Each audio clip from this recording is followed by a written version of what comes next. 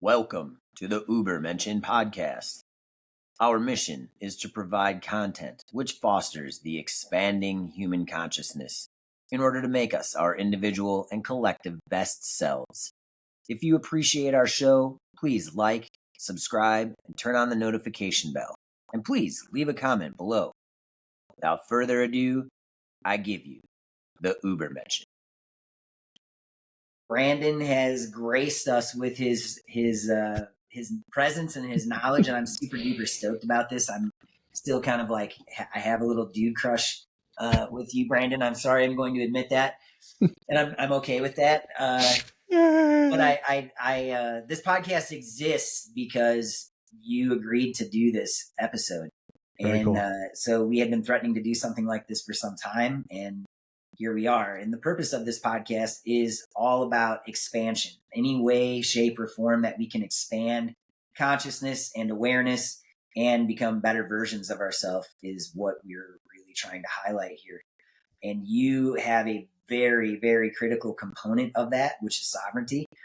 And I cannot wait to get into that. But before we do that, I think anyone who will listen to this needs to kind of know what you do and where you came from. And so you're an author of two different books. One, Don't Be a Slave to Your Clients, and another, Love is a Battery. Mm-hmm. You are an attorney, in fact. You have your own law firm, Williams & Williams. You're an entrepreneur. You have one of the greatest damn websites that I've ever come across, onestupidfuck.com. Yes, that is it, One Stupid Fuck. And I rolled the first time that I went through that website. And my wife turned that on to me, actually. So that was even funnier that she was like, you've got to see this website. Like, I don't even know if he's being real or not. But it's great. And you are also king of the Amnesty Coalition. And we'll get into that. We'll get into right here. Yep. Beautiful. That's beautiful. Nice. Amnesty Coalition coat of arms. All right. So, but before we get into the law stuff, Jake actually purchased Love is a Battery. Nice. And that's the book here. It's not a very big book, y'all. You don't have to spend a lot of time. It's a really easy read. And, you know, he said, man, he goes, this is a great little book. You should read it. And so I did. And I'm not going to lie and say that I'm all the way through it. I've got a few chapters left, but I'm, you know, I wanted to get into it so that I understood, you know, where you were coming from. And it's such an interesting juxtaposition, love and sex to law. And I'm going to try and kind of bridge those things because really they're interrelated. They really are. They are. Right? Yeah. And so, you know, my first question on the book is like, what inspired you to write a book on love and lovemaking? Well, a lot of it came from, you know, when I was younger, I had a really hard time with women. I couldn't connect with them or talk with them at all. And I went on like a long journey. Most of my life, I was trying to figure out how that works and how am I supposed to do this and what does it mean to be a man and all this kind of stuff. And I went through multiple men's groups and fraternal groups and all sorts of different things. And when I wrote my first book about marketing and sales, at that time period, I was also reading a lot of books. And one of the books that I read was a book by Sydney Biddle-Barrows called Uncensored Sales Strategies. And she was actually Madame. She ran a gigantic, I think the largest escort service in all of New York City from like 1982 or 84 until like 1994 or something like that. And her book relates all sales to romance and sex and that kind of thing. And it really was probably the most powerful sales books I had ever read. And I had read an absolute asinine shitload amount, hundreds probably. And I was also in sales and marketing as a sales and marketing professional from 2010 until, I mean, even to this day. So when I realized that seduction is ultimately sales, seduction and sales mean the same thing. I just think that seduction is a better word that does a better job of describing the actual activity. And that is the reasoning behind why Love is a Battery was written. Beautiful. Beautiful. Well, there are some really interesting concepts in it. And I can't, so my headspace is going to be very much in the legal end of things. not to your degree, but I am looking at how to bridge your book with the body of work that you are probably best known for at the moment. And that's the we'll loosely refer to it as the law thing, because it's such a big body of work. So were you consciously applying natural law to love and sex, or did your understanding evolve with your grasp of law as you came into it? No, law is pretty new. This book, I think, was published in 2020. I think it was 2020. Yeah, 2020. Okay. And the law stuff didn't come into play until March 14th of 2022. Wow. Okay. Okay. That's when I launched the first website, and the 6 months prior to that point, I started studying this stuff in September of 21, but only like 1 or 2 people in my entire life knew that I was even studying it. It wasn't something I told anybody about. It was like a total secret. And doesn't that seem like a very common theme that most people, it's like they start down this road with law and then they're just like, shit, I can't really tell anybody about this or everybody's going to freak out. Like everybody does. I'll be ostracized because I'm looking into this aspect of law, because people like the Matrix. It's kind of like what Morpheus says. He's like, people will fight to defend the Matrix in such a way. I think what happens is people get very, very excited. They're very enthusiastic and excited about this information. They rush out and try to tell everyone. They get their head bashed in to the point where they're in a coma for like 4 months. And then I think after that point, they're a lot more careful in terms of who they speak to and who they don't. And I think also during that time period, there's a tremendous amount of self-reflection and also a tremendous amount of reflection of who you're around, who you spend time with. And one of the major issues that I see all the time is marital issues, where the wife or the husband becomes really, really interested in this information and they try to share it with their spouse. Their spouse wants to have absolutely nothing to do with it, and it just gets worse and worse and worse and worse, and then ends in whatever it ends in. But the thing is that then there's loneliness that people go through. There's usually loneliness, but there's also the positive end of that is that it's amazing to find out that you learn a lot about the people that are around you that you may not have known prior to that point. And as this keeps continuing to grow, and also Alex Zek with the Way Forward is going to have a whole platform that's going to be released literally very soon, like in weeks. And it's going to be a whole connector platform for people to connect in a really, really powerful way on a lot of this information, as well as a lot of the health freedom information. So there are things like that are coming very soon, and there's already so much interest and so much local group building that is occurring that, I think that this whole kind of loneliness that I had to experience and that many other people had to experience is probably coming to an end here very soon, to where if you do want to I guess you could say take the red pill and wake up in the Nebuchadnezzar, it's not going to be a small little ship with 4 people in it. It's going to be a huge mothership with, tens of thousands or hundreds of thousands of people. I think that's going to be the reality here, probably by, the beginning or middle of next year. That's how fast I think that's going to happen. Well, it is definitely changing quickly. The amount of people who are interested in this topic are blowing me away, blowing my mind, really. And it's not just passing interest either. It's like, no, I want to know how to do this, and I want to take action, because it's pretty clear that there is a plan for you if you don't have a plan. And that plan's probably not the kind of plan that you want for yourself. But if you don't take the steps to exercise your rights, then it doesn't matter. That plan's going to be given to you, and you're going to follow it, whether you want to or not, because ignorance is not a viable answer. So that's a really interesting, it's very interesting times. Well, my last question that I really have on the book, and then I know, Jake, you had a couple of things that you wanted to ask as well, but does the battery metaphor apply to the commercial system?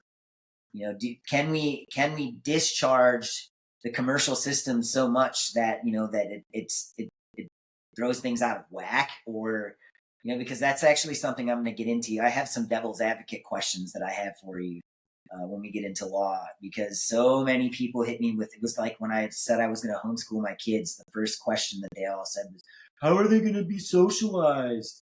It's like what I call wet bag arguments, but I would like you to push your finger through that wet bag, so that people can hear the answer directly from someone who's living it, as we get into it.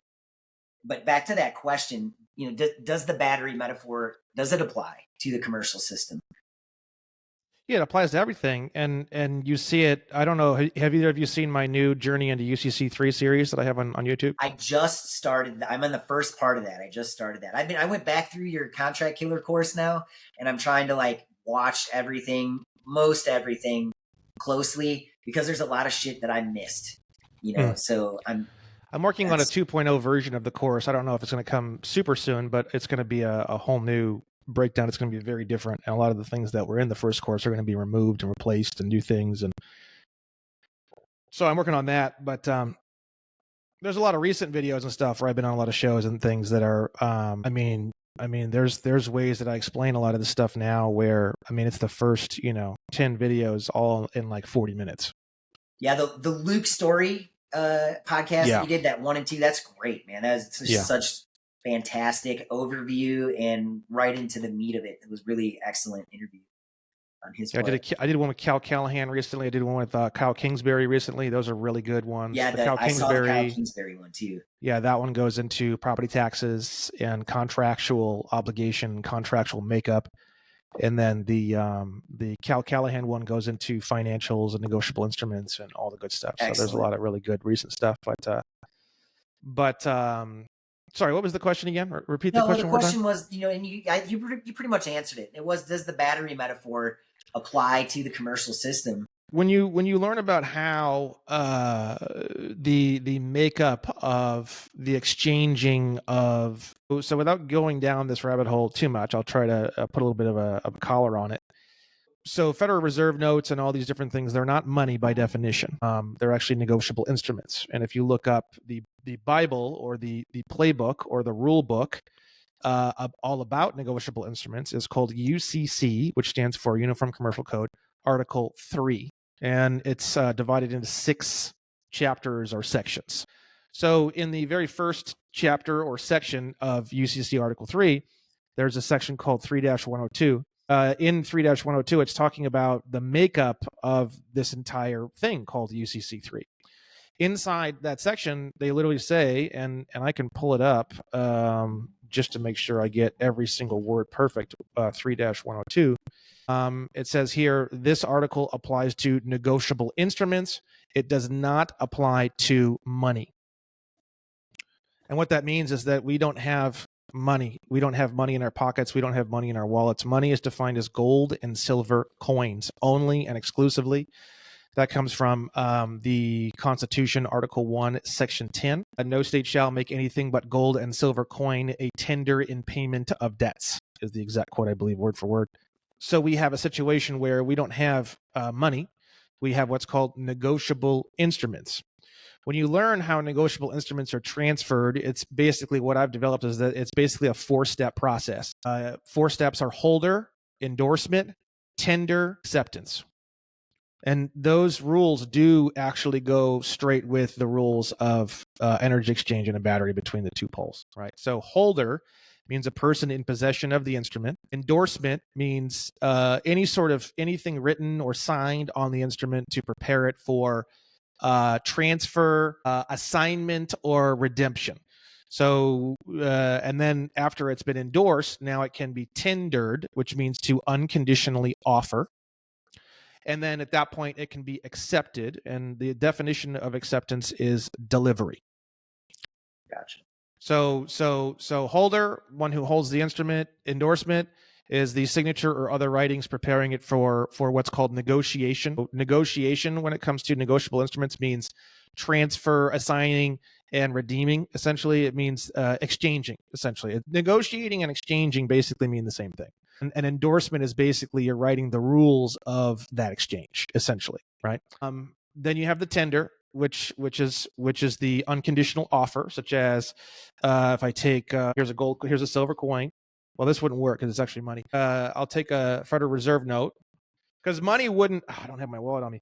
Money doesn't apply to this. It even says right in the beginnings. So the idea of holder, endorsement, tender, acceptance for something like a silver coin, it wouldn't apply. It has nothing to do with money.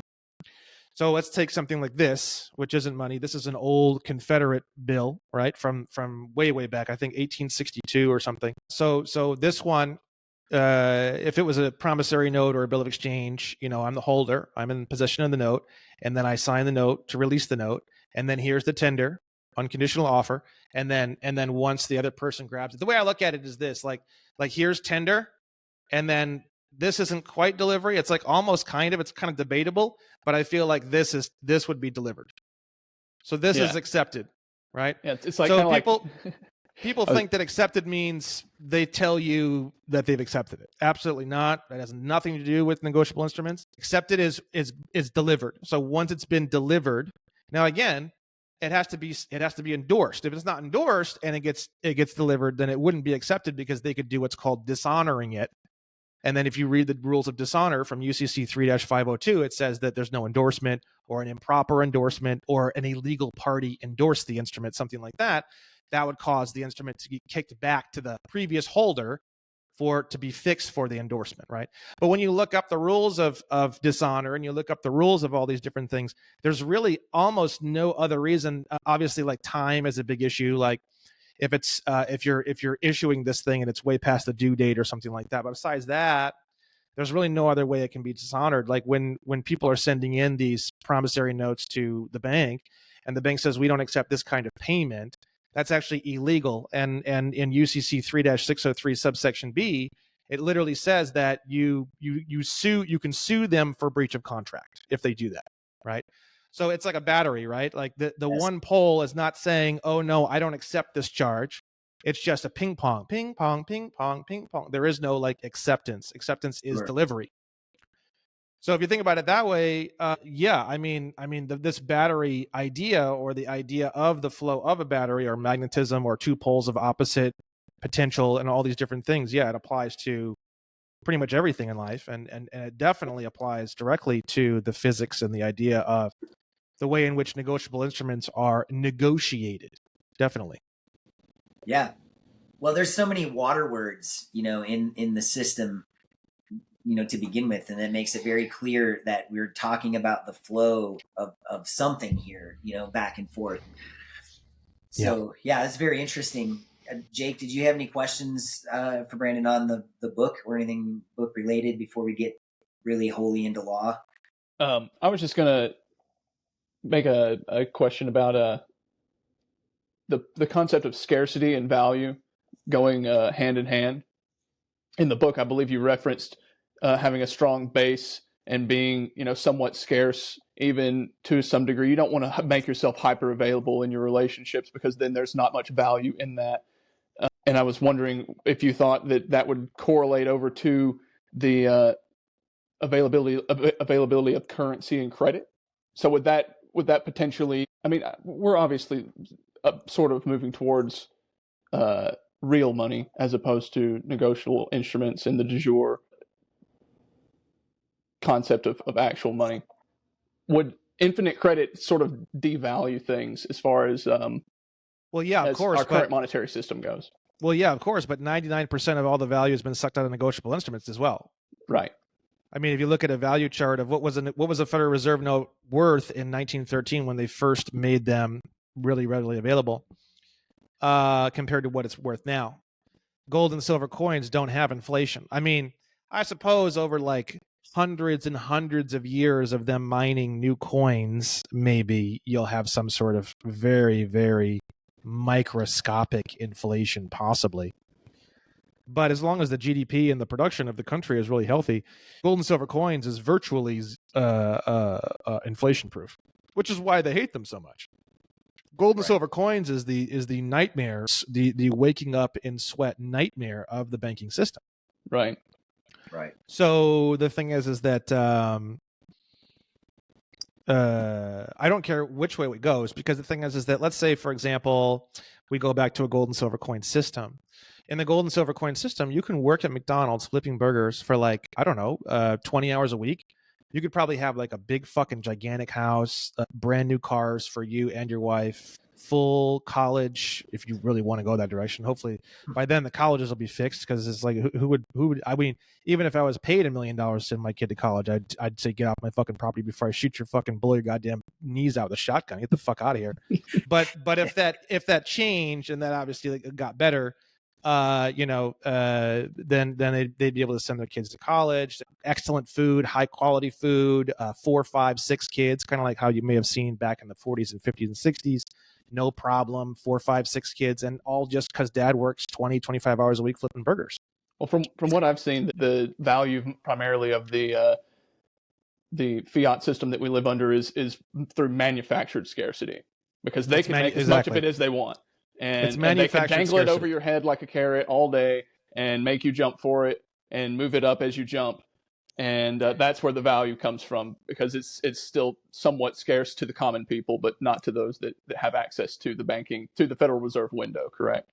Yeah, and that's why it's so fascinating when you start studying, because the main spinal cord, as far as I'm concerned in my current research, the main spinal cord that holds together all contracts is the exchanging of what's called consideration. Consideration is basically value. Now, the thing is that what people don't realize is the idea of consideration or value is completely subjective, meaning like, if I try to hand you this old Confederate bill, most people would not find this to be very valuable. A vast majority of the population of this planet is going to say, like, I don't really want that. So the thing is that in a contractual world, this wouldn't be consideration, right? Or value, right? Now, for me, I love these things. I think this is the coolest shit, one of the coolest things I own. And I find this to be tremendously valuable and very, very cool. And I'm very happy that I spent quite a bit of money acquiring this. For me, this would be considered consideration. Now, another thing that makes it a bit complicated as well is, let's say you considered it consideration now, but then let's say a couple of years go by and you realize that this is actually a fake bill or fake promissory note or fake bearer security. Now what? Now you woke up one day and you realize, oh shit, this isn't consideration. So how does that work, right? And that's, to me, like really the basic conversation when it comes to contracts. I mean, right there, what I just described, that's basically the contracts 101, and it's literally that simple. And almost no one knows that, and almost no one operates with that information. And that really is the most basic idea, and that's what a lot of my litigation is based off of. Because I thought I was getting this thing called a loan. They told me it was a loan. I never got a loan, and they stole a valuable promissory note. They coerced me into giving it away for free. So not only is there not consideration, but I actually got totally fucked through fraud and through all sorts of felonies and all sorts of things. Waking up one day, we had a contract yesterday, and today it's a criminal case, and I want somebody to go to prison, and someone's paying me $100 million. So you can see how quickly things can change, and you can see how quickly things can shift based off of the perception of consideration. So what we have is we have a system where people have been trained, or people have been invited or coerced into thinking that Federal Reserve notes are valuable, and that perception and illusion of value is what creates the consideration contract. Sure, that makes perfect sense, and it actually is a great segue into to where I would like to take this with the legal end of things. But before I do that, I kind of have to give a little, like a super short synopsis of my own journey through this stuff and what led us here. I'm a little bit older. I'm definitely older than Jake, and I think I'm a little bit older than you. I'm 47. Mm-hmm. My wife and I got our asses handed to us in 2008. We lived in Chicago at the time. We had just bought our first condo. My wife was an electrician. I was a chef. We had just had our first child, but then the housing market crash happened, and it put my wife out of work for 2 years. And let's face it, an electrician makes way more money than a chef does, even though it seems like it would be the other way around. But trust me. So we lost our ass, and we ended up going through foreclosure and bankruptcy and all that bullshit. And that sort of set me down the path to figuring out, like, how did we get there? And I stumbled into this material, and so I had been like dabbing a pinky toe in the pool, if you will. And a lot of the stuff that I read went way over my head, and it was kind of like you hear it and you're like, well, that can't be true. No, never mind. And while I lived in Chicago, I was like, that whole period of my life, we were degenerates. I mean, like, we were partying and clubbing, and until we had our first kid, like, I don't really even remember most of my time in the city. I just know I had fun, so that was cool. But then we came full circle to the point where we moved into a bus in the woods of rural Alabama, and we lived completely off the grid. Like, I didn't have a fucking bank account for nearly 10 years. It was more like, wow. like, fuck the system. We had our last 2 kids at home because we didn't want unassisted. Like, I No didn't birth want certificates or anything? nothing. No, sir. Ooh, lucky And kids. that's actually something that, like, I'm still very glad that I did that. And I'm going to give them the option at 18, but our kids are getting a very different education than most. Yeah. Good. And so, that's part of this. I can't just throw my kids. That's like throwing them to the wolves if we're going to go down this way. But so I went from one pole to the other, and I realized, you know what? I like air conditioning. I like solar systems that work. I like, like, I want to drive a car that is newer than a 2006, and so I can't completely stay out of the system. I've got to get into it. And so then I kind of like went back to the law guru side of things. But most of those guys are just pissed off, and they're angry at people for never listening to them, or they're very, very dogmatic. And I'm not, I don't subscribe to a dogma. And the more that you tell me that this is a battle between God and the devil, the more I don't care what you have to say. You've already lost me as soon as you start with that. So you were the first person that made this stuff really digestible and very concise. I love how you do your free course. I love how it's like, here, I'm going to share my screen with you, and we're going to go side by side and feel this shit out together. So it doesn't have to be so scary. The only other person who I really respect, and there's plenty of people that are worthy of respect, but the only person that I've listened to at length and I respect is Yusuf L. But Yusuf is angry, and Yusuf doesn't share much of his processes. It's more like, here's 5,555,100,000 pages of shit to go through, and you need to read it all and figure it out, because that's what I did. Well, damn, man, like, I would like to do that, but I have a life, and there's all kinds of excuses, but your stuff has made it very accessible. And that's why when I first heard you, I was like, my God, man, this guy is.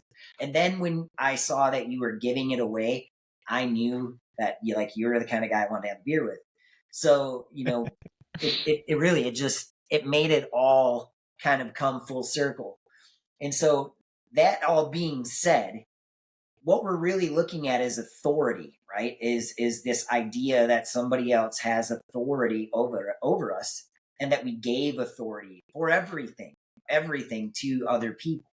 And what you are teaching people is how to take your authority back. So I guess my first question is, when I first started telling people about this, the very first thing I hear is, oh, you're talking sovereign citizenship. So there's that propaganda to overcome. Do you want to explain a little bit, like, what you say is a sovereign citizen and why anyone in this space shouldn't ever want to wear that label or call themselves that? Yeah, amazingly, I don't get that very often anymore. I guess probably just because I tie everything down to the exact place that it comes from. Like in case one, the judge was like, so I have 4 cases currently active, and I'm working on putting together 5, 6, 7, 8, 9, 10, like 10 or 11 cases. case one, which was a real Hail Mary. This guy called me and it was just all hell had broken loose, and it was just like the walls were closing in and the lights were going down, and I said, fuck it. And I just like, I didn't even have Joey Kimbrough, my right-hand man at the time, and he like came on board during that time, and I was just like a fucking mess. And that lawsuit, I was pretty sure I had it all put together pretty decently, but it ended up getting dismissed recently, which is okay. It's my first time at bat. I'm not too worried about it. But during the final orders of that case, the judge started to get into a lot of the sovereign citizen stuff and all that. Yeah. The response is very simple. It's just, I'm not even a citizen, so how could I be a sovereign citizen? Because the thing is that if you look at 8 USC 1101 subsection A22. I can do a little screen share on that real quick. Show without getting into the whole long presentation about it. There's just a couple quick little things I can show. For example, 8 USC 1101. And so we have here what is a U.S. national. Another term for U.S. national is national of the United States. It comes from 8 USC 1101 subsection A22. National of the United States means A citizen of the United States, or B, a person who, though not a citizen of the United States, owes permanent allegiance to the United States.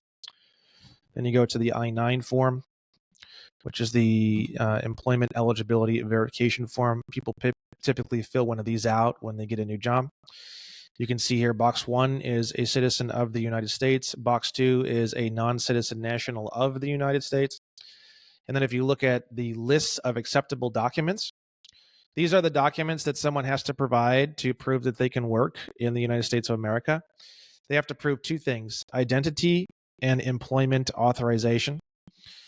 Items from List B show only identity. Items from List C show only employment authorization. So if you don't have anything from List A, you have to do one from List B and one from List C. If you have just one item from List A, then you are confirmed to be able to work in the United States of America. Item number 1 is U.S. passport or U.S. passport card. Then we're going to go over to 22 CFR 51.2. You can see here that a passport is issued. A passport may be issued only to a U.S. national. Then we're going to go to 22 USC 212. And we're going to see that no passport, persons entitled to a passport, no passport shall be granted or issued to or verified for any other person than those owing allegiance, whether citizens or not, to the United States. So I am not a citizen. So by calling me a sovereign citizen is pretty silly, because I'm actually what's called a non-citizen national, which comes from the I-9 box 2.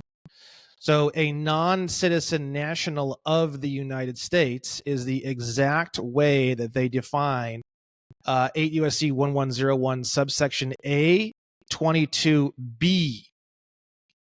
A person who, though not a citizen of the United States, owes permanent allegiance to the United States. So if you say national of the United States or U.S. national, like what you see in 22 CFR 51.2, okay, that could mean two things. That could mean A, a citizen of the United States, or B, a person who, though not a citizen of the United States, owes permanent allegiance to the United States. So the way they say it on the I-9 to clarify that it's only talking about subsection B is the term a non-citizen national of the United States. So I use this exact terminology on everything that I do. How much study per day, like how much time per day have you been studying? Because you fascinate me at how quickly you can recall this stuff, and your words are verbatim. Like when you say, I believe it says this, this, and this, it's exactly what it says, and it blows me away. Well, I walk around repeating a lot of this stuff over and over again, because the really, really important stuff, like, for example, the definition of naturalization. It's probably one of the most important definitions that anyone could ever memorize in their entire existence. Well, definition of person, I guess, too, but definition of naturalization is the conferring of nationality of a state upon a person after birth by any means whatsoever. And the definition of person is an individual or an organization, and the definition of state is nation, which is totally different than what anybody thinks it is. So when you start getting into the actual wording of the definition and the exact definitions themselves, the definition of the term naturalization it's extremely powerful. Do I memorize every single definition of everything? No, I try to memorize the most important aspects. The definition of a U.S. citizen is an individual who is a citizen by birth, by law, birth, or naturalization. And that's where I started getting into the whole naturalization thing, and then naturalization. So the thing is that, and then you start getting into like the definition of United States, which is a federal corporation. The word federal is capitalized. That's easy to remember. Just three words: a federal corporation. And then you have the and that comes from just real quick. I don't like to just talk about these things. Let me just show you this real quick.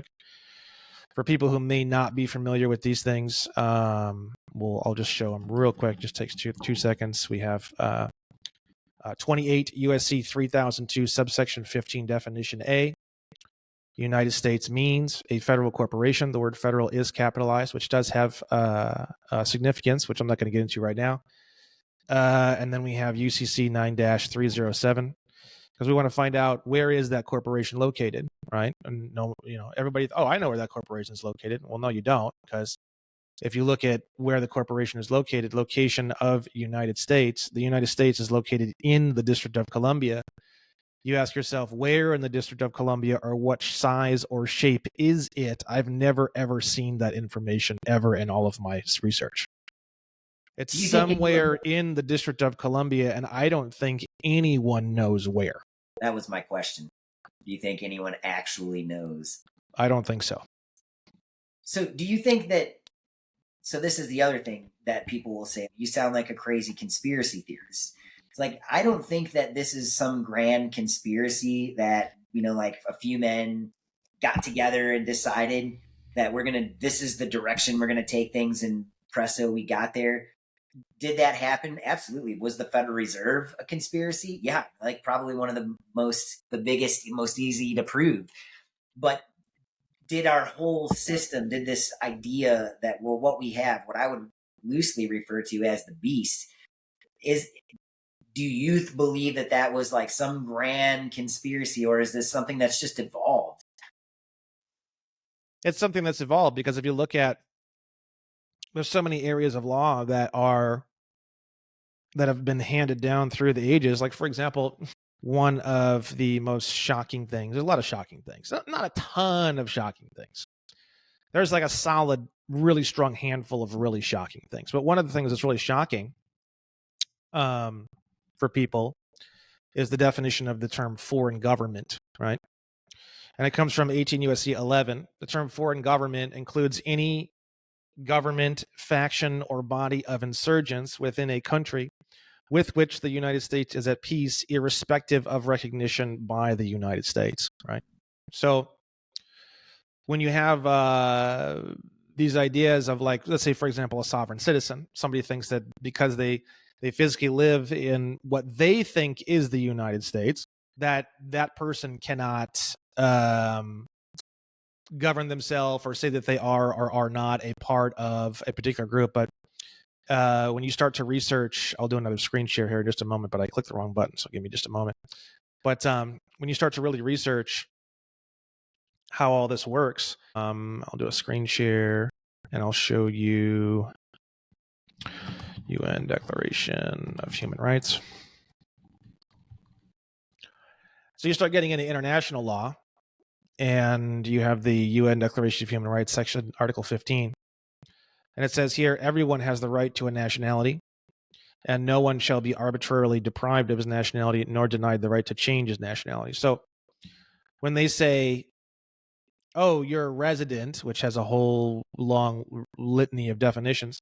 Right. Oh, you're a resident of this business. Because if you go on my website here and we go to the questions and answers and we type in state of California, and then we scroll down just a touch here, we have the Dun & Bradstreet business listing for the business called State of California.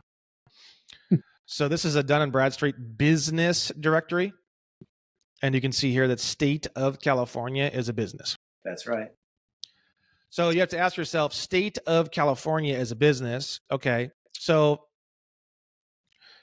when they say that you are a resident of state of California, what they're doing is they're arbitrarily depriving you of your right to change your nationality however you want. So the correct response to that would be, are you attempting to commit an international human rights violation? And that has a tendency to stop people pretty quickly in their tracks, because the thing is that when you start to actually study, for example, in California, there are no laws as regards to physical location. There are 3 ways that the residency of the business called State of California is established. People paying state tax, that's 1. Driver's license is 2, and voter registration is 3. And you look around and you'll say home address too.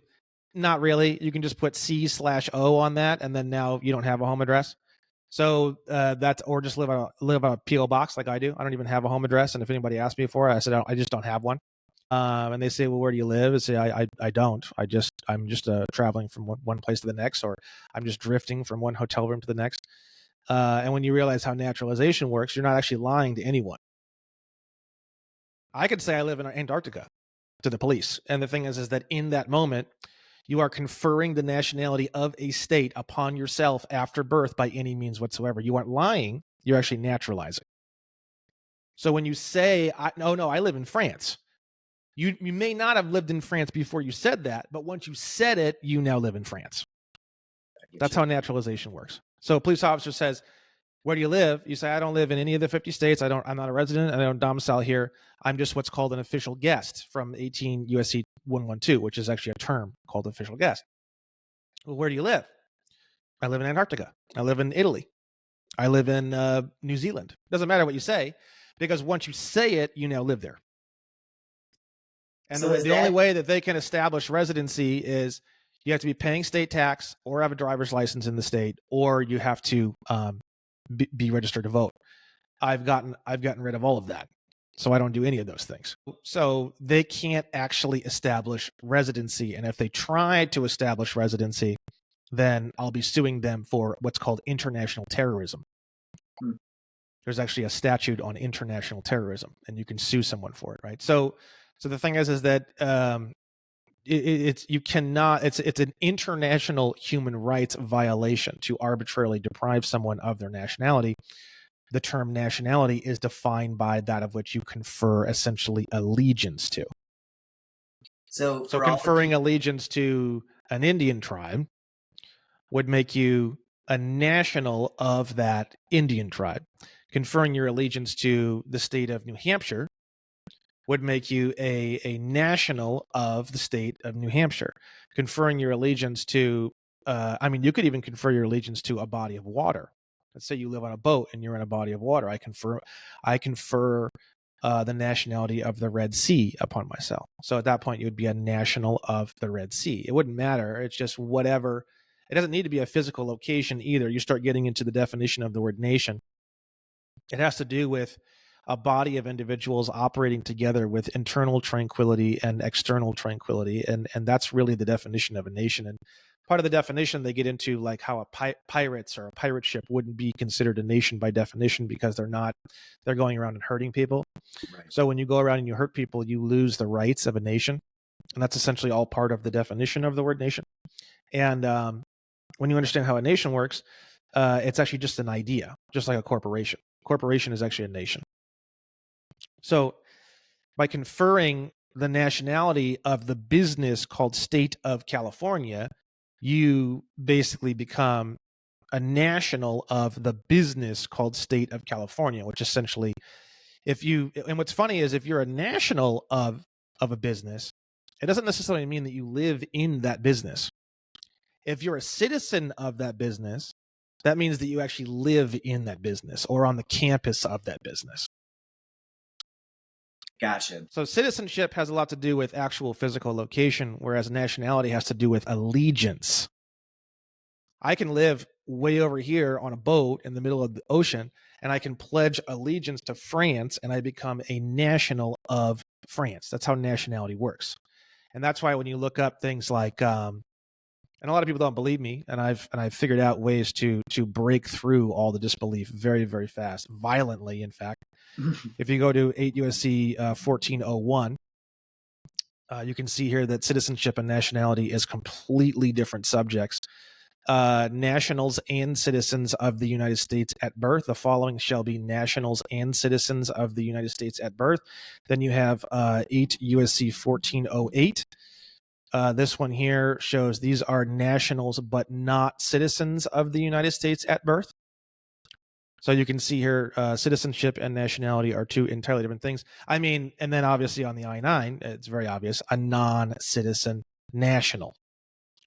Somebody who has not established citizenship, but they have pledged allegiance to the United States. That's how you would read that in like the simplest, most, like just using plain English. Right. Would you touch on the term permanent allegiance? Because I know that's something that's hung up some people too on my group, is the idea that permanent allegiance doesn't really mean permanent. It's sort of like it's a circuitous definition, at least so far as I can find. Yeah. So if you go into 8 USC 1101, which is where you're going to find the definition of the term national, it's subsection A21, which we can read that real quick.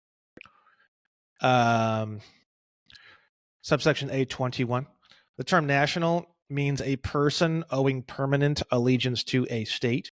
The word state and the word nation mean the same thing. So people think it means one of the 50 states. That's not what it means. It just means any group, and they don't need to have a physical location. Just any group that has good internal and external tranquility. That's the definition of the word state. The word person has a special definition. If you click on it, it comes from subsection B3. The term person means an individual or an organization. So a trust or a business or a company or a corporation or an association, in law, they're all persons. So the thing is that it's not just human beings, or it's not just men or women that can be nationals. And that's the part that the Department of State doesn't understand. Because technically speaking, you can go to the Department of State and you can fill out a DS-11 passport application form for, let's say, a trust or a corporation. And by law, they would need to issue that. They never will. You can try it all you want. They'll never, ever do it. But at some point in the future, once I get through all this crazy litigation I'm in the middle of, that's on my lineup of things I want to do. I'm actually going to sue the Department of State, and I'm going to force them through litigation to start issuing passports to trusts. So it's going to be, the trust is going to be the name of the person on the passport that has the passport. And I'm going to have, 25 different passports, because you can actually get 4 different types of passport for each person, right? So if you go to 22 CFR 51.3, I believe it is, we have types of passports. There's 4 main types of passports. Regular passport is issued to a national of the United States. Then you have a service passport. Then you have an official passport, which has 4 subsections, but they're all still official passports. And then you have the diplomatic passport. And all 4 of them have different colors. You can look up online, you can look up colors of U.S. passports, and you can see that they have these 4 different colors. Okay. So the thing is that each color, now each person, and I forget exactly where I read this at, but I'm almost positive I read it somewhere. Each person can have 1 of each type of passport. So I think I have 4 or 5 trusts, and I can make, I could make probably 300 or 400 trusts in like a few days. So I could have 4 passports for each and every trust. Now you're going to need to sue the absolute ever living fuck out of everyone to get that done, but that's the way that the law is actually written. So that's what I'm going to do. I'm going to force them to do it. Because all I do all day long, people think I'm crazy, I'm outrageous, I'm all these different things. I'm actually the ultimate. I'm actually the ultimate. I don't even know. All I do is conform to the law. I don't do anything. I actually am the ultimate conformer. I am actually the ultimate. I am law enforcement.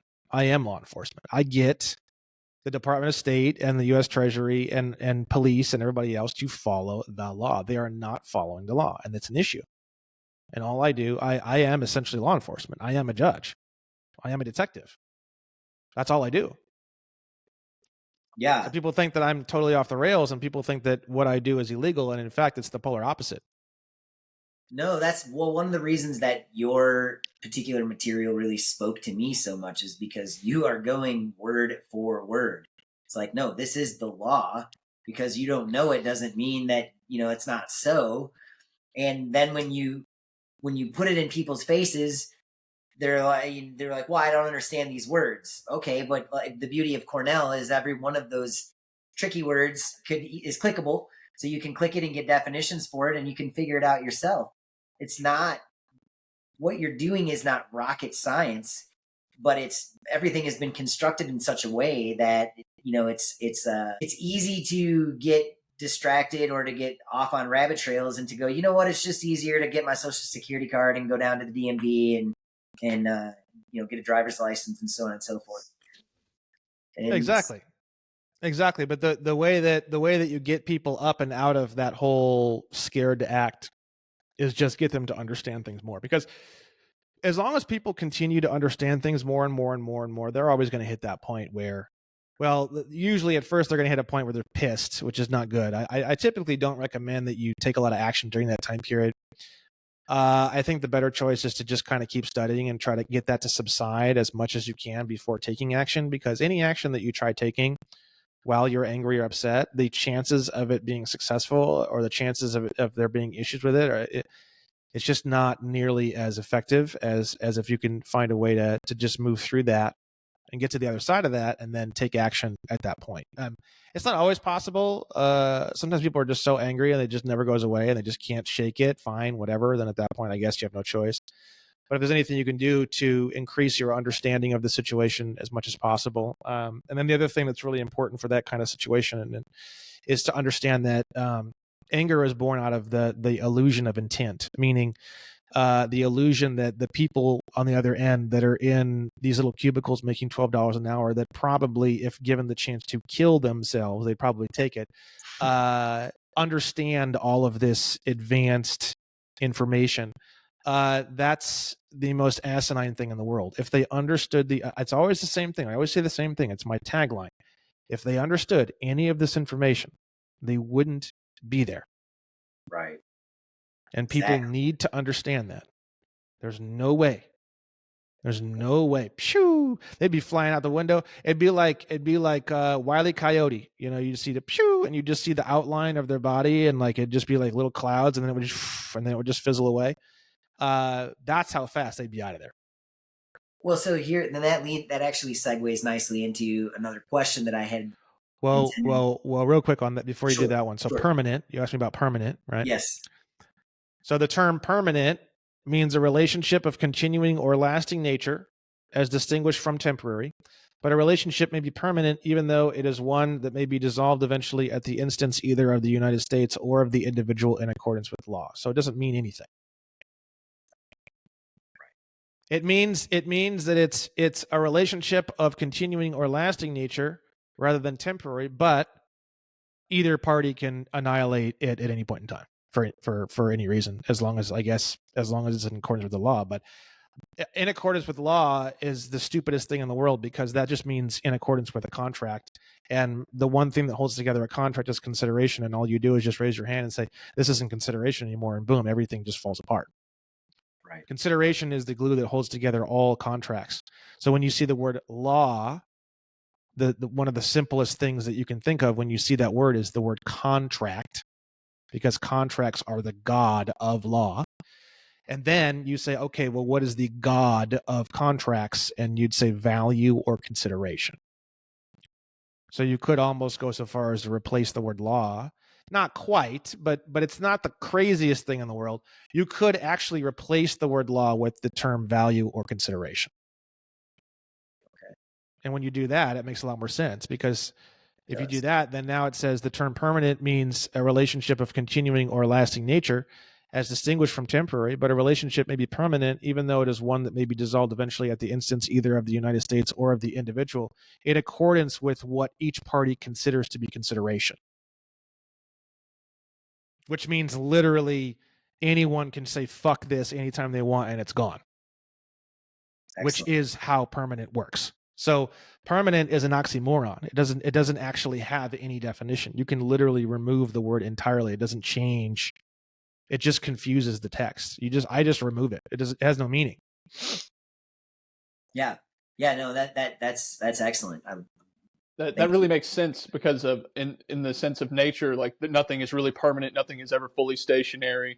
Everything it's always sort of like a if that then this in perpetuity. Like even in your explanatory statement, whoever signs this will be a member of the Amnesty Coalition permanently unless they harm another person, do anything, again, you understand what I'm saying. It's like that's how permanence works, is essentially is what you're saying. That's how it works. It works on consideration. Everything works on consideration. I mean, consideration is the simplest thing in the world. All I do, I don't send these long drawn out letters anymore about this law and that law and this law. All I do is I say, look, let's say, for example, County of Los Angeles. Let's say I had a home. I would send them what's called a novation, which is a change on a contract. And I've been sending a lot of these out recently. This is my new 2.0 litigation that's coming out here very soon. Once I file the first case, I'm going to make a whole video breaking down the whole process and how it works. It's really quite a bit more advanced than my first 4 cases. It's a big jump. And I'll break it all down for everybody. It's pretty mind-blowing. But it's all based off of consideration. What you do is you say you send, let's say it could be anybody. It could be the government, it could be the DMV, it could be the US Treasury, it could be your job, it could be anybody. And all you're doing in the novation is you're just laying out, look, it's been assumed all this time, because nobody ever talked about it, that all these things that you're doing, such as giving me permits and coming, like if I need to dig, I can call you guys 411, and I can get information on gas lines and power lines and this and that. And in this novation, you're just telling them, look, all these things that you guys have been doing for me, just want to let you know, these things are no longer consideration. They weren't before, but I never really told you. So I apologize for that. But these are the things that I do consider consideration. And, I'm going to give you guys 30 days to figure out if you want to actually deliver what's considered consideration. If not, then this contract's over. You need to release all security interest on the property, and please send me a release deed. And if you don't, I'm going to make your life absolute, complete fucking shithole for the next several years. And that's basically the letter. It's very simple, right? Let's say you want your house painted, you want solar panels, you want the road out in front of your house paved, you want a DG path, some landscaping done, you want a new roof put on your house. You would list all that as consideration. You would say, you guys are holding the superior title, and I have property rights over the property. That's the way it actually is structured. No one knows this, but if you look at your deeds and stuff like that, the only type of title that gives you full access to the property and full ownership is called a fee simple title. If you type that into the internet, you'll find lots of information. There's even information about fee simple titles on counties' websites, like in North Carolina and shit.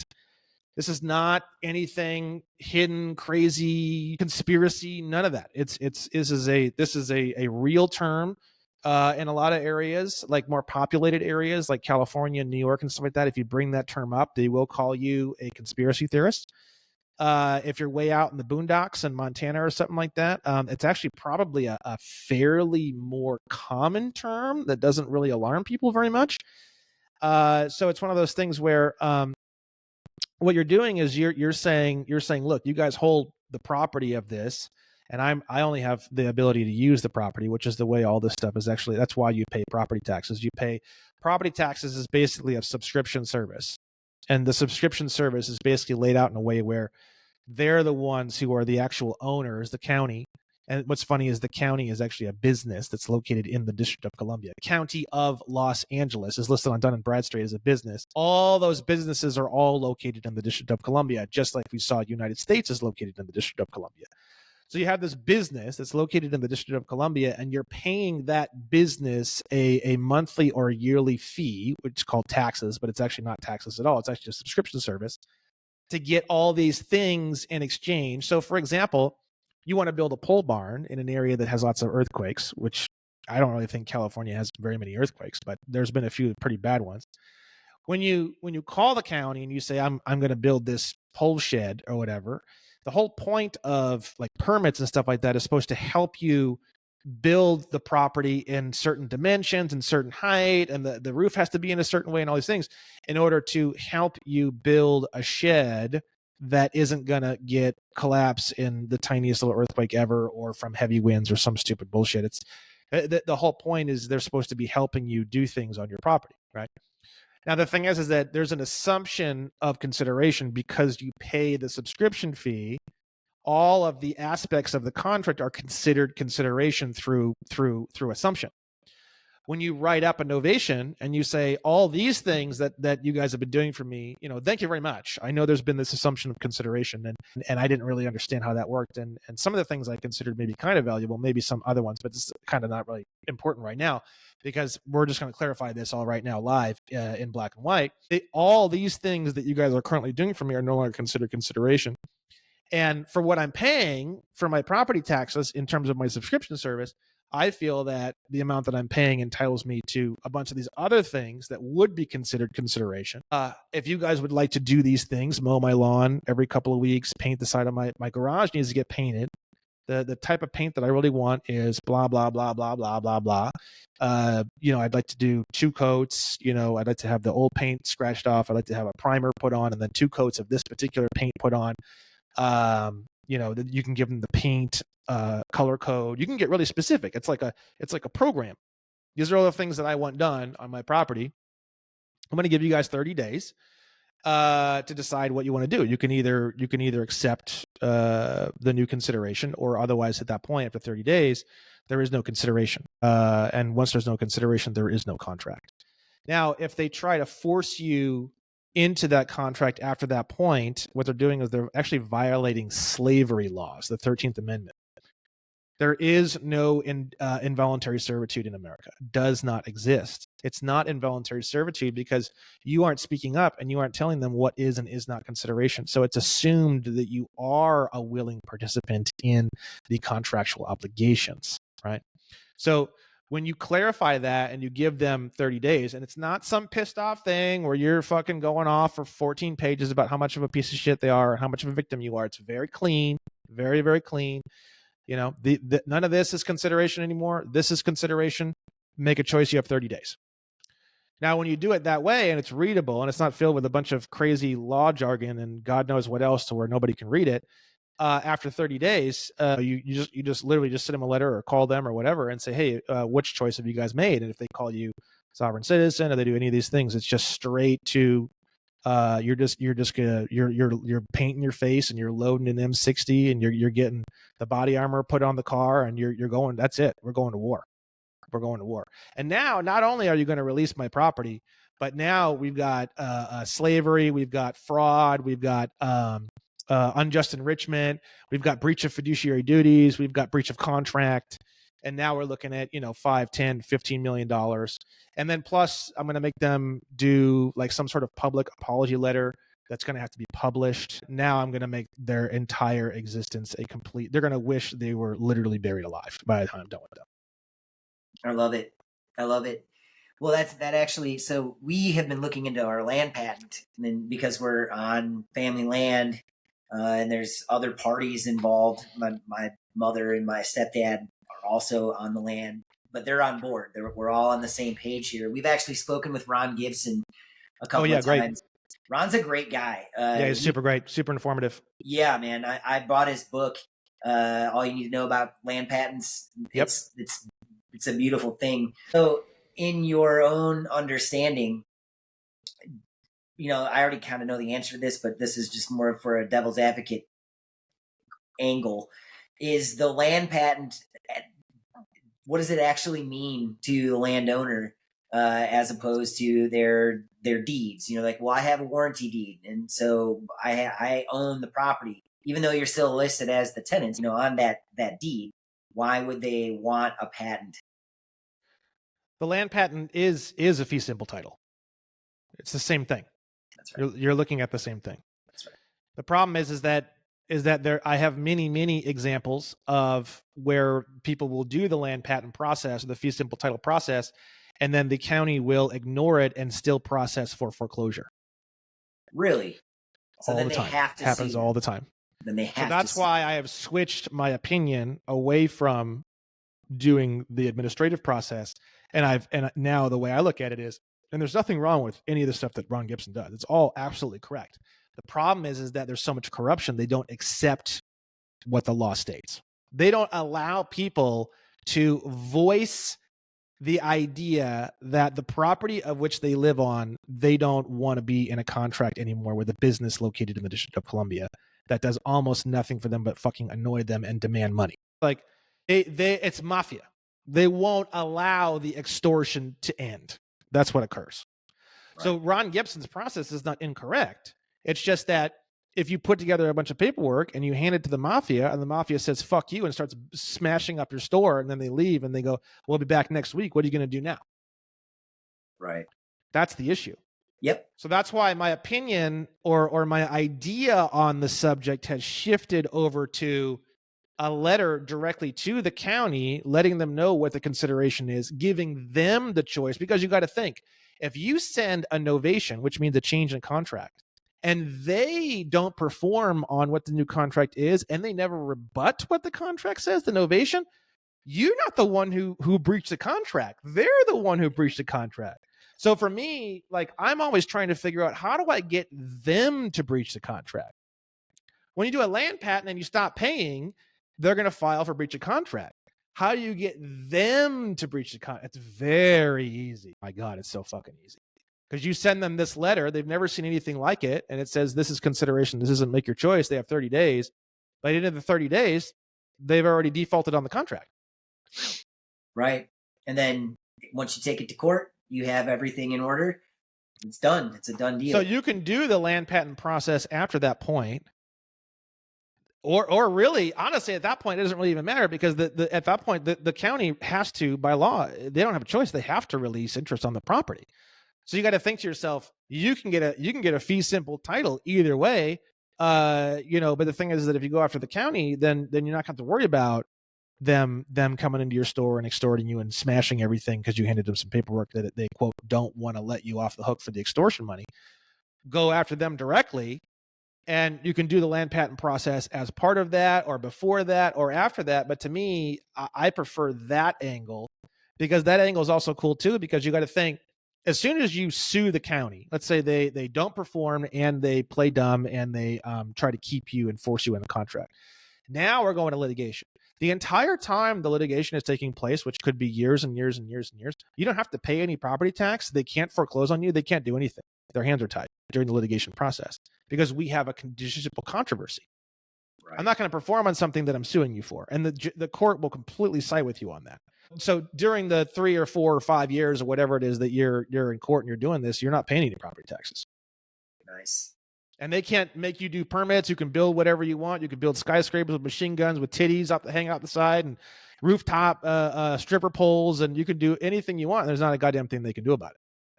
Now, what happens is now it becomes a common law issue. If you build a strip club 6 stories high with machine guns on it, and the neighbors don't like it too much, the neighbors are gonna come together and they're gonna do something about it at some point eventually.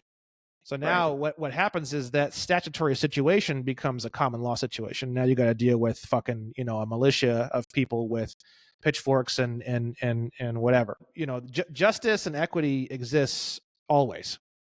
It's just, do you want to deal with the county and the police in order to get that done, and do you want your property to be owned technically by the business located in the District of Columbia called County of Los Angeles? Or do you want to have full dominion over your property and a fee simple title, but then you are fully responsible for that property, and that includes being fully responsible for everything that occurs on that property? Beautiful. Yeah, that's beautiful. Jake, is there anything that you wanted to add about anything that we've talked about so far? I know I've kind of been chatting it up. Even though I kind of already have the answer to this, but just for rhetorical sake and for the people watching, what are the downsides of becoming a state national versus being a state citizen? Like are there benefits and privileges that you would be giving up? Because just like you said with the land patent, like then you're fully responsible. I mean, you are fully responsible for your own life if you are a sovereign. Is that correct? Well, the two terms you just used is state citizen and state national. They're pretty much the same thing. I didn't mean to say. I meant U.S. citizen versus state national. Excuse me. You can still have both. So Right. so let's say, for example, you want to get loans and you want to get all the good stuff. You need a social security number typically to get any of that done. The social security number is attached to this what we call an ens legis, which is a legal term for creature of the law. So when you were born, about 2 weeks later after you were born, they created this corporation or state or trust, or I don't know what the hell it is. It's a creature of the law, whatever. It's one of the various types of legal entities, right? I just don't know which one specifically it is. A lot of people think it's an estate. A lot of people think it's a trust. I thought it was a corporation for a while. Now I'm kind of back to square zero, where I know it's a creature of the law. I just don't know what type, and it doesn't really fucking matter, to be honest with you. They created this creature of the law, this ens legis, which is a Latin term, of your name in all capital letters. And the social security number is the identification card, sort of like a badge number for a police officer of this ens legis. The ens legis can be moved around through the process of naturalization, the conferring of nationality of a state upon a person. It doesn't say upon yourself. It says upon a person. Person is defined as an individual or an organization. So anyone can naturalize anyone or anything at any time. That's the way naturalization works. I can actually renaturalize both of you right now. If you both had 2 companies and 2 trusts, I can naturalize both of your companies and both of your trusts and both of you, all by simply conferring it upon you after birth by any means whatsoever. And if you never rebutted my attempt to naturalize you, then you would be legally naturalized. I could move you both and your companies and your trusts into France. And if you don't go, oh, I'm not in France. If you don't say anything, you're in France. So the same goes for the ens legis. So the all caps Brandon Joe Williams, I can simply confer the nationality of a state upon all caps Brandon Joe Williams registered trademark, because I registered trademark on that trade name.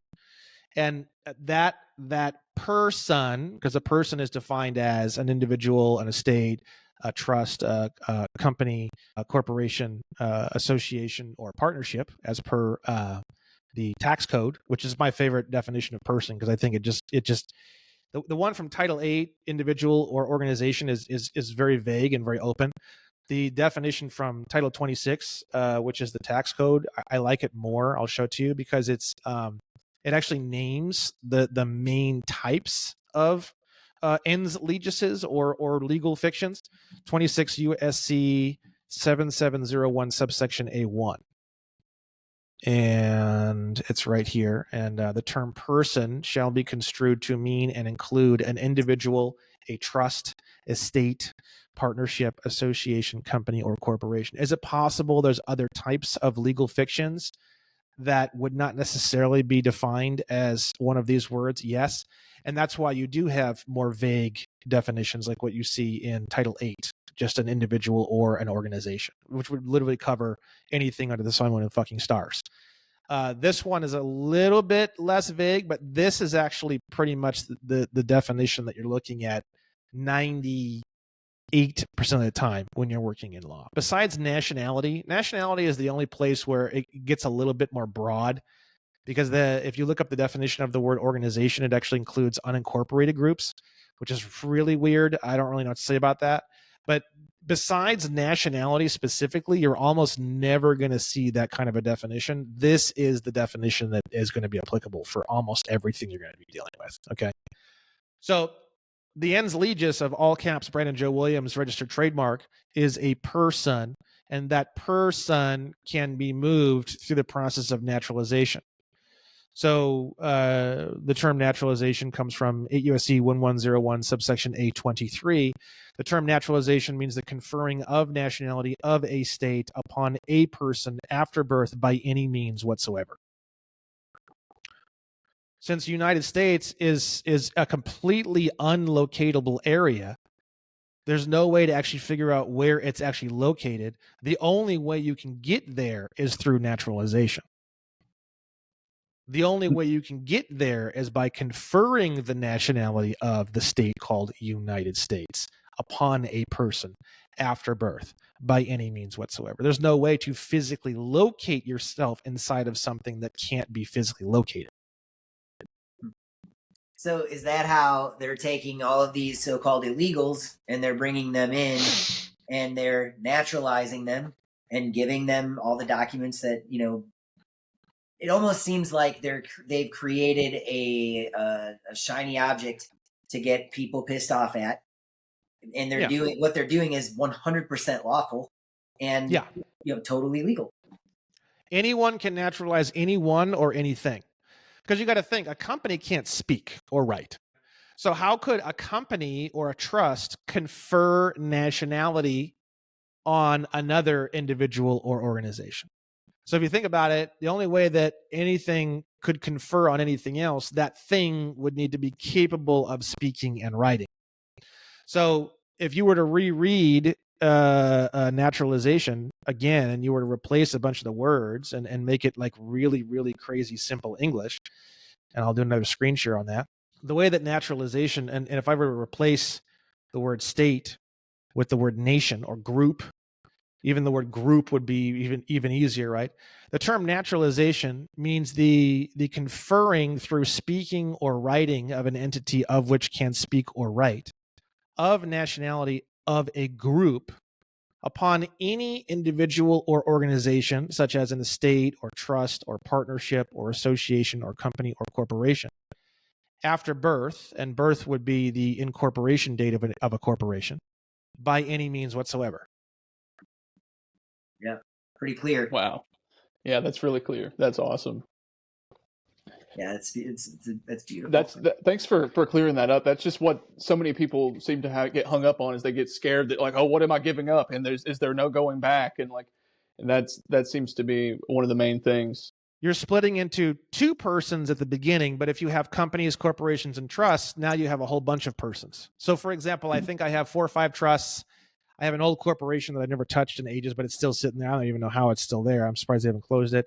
And then I have the ens legis, and then I have myself, and then I could create 1 million trusts overnight too. So you got to think I could have 500 persons in 48 hours if I wanted to. Can you potentially give us a brief synopsis of what creating a trust looks like?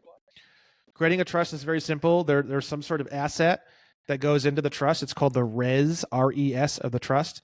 And then a trust is basically just a contract that explains how those assets are going to be administered. And the executor or grantor, it's the same term, is the person who creates the trust and brings it into existence.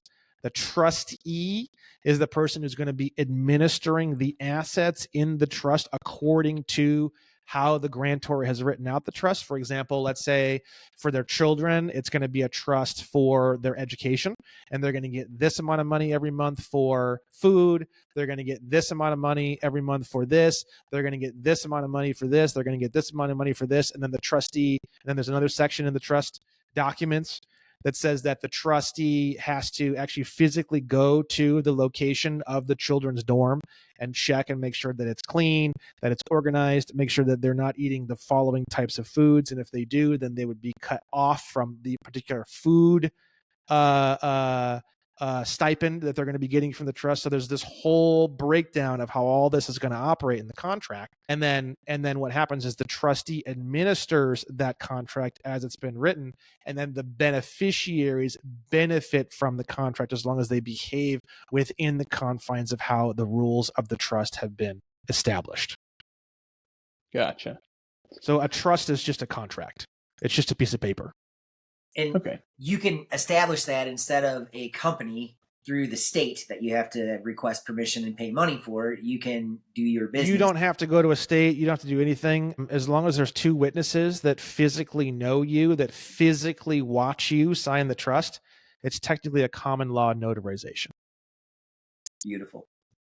So you don't even need to go to a notary. You don't need to go to the state. You don't need to do a fucking thing. You don't need to spend a single fucking dollar to create your own trust.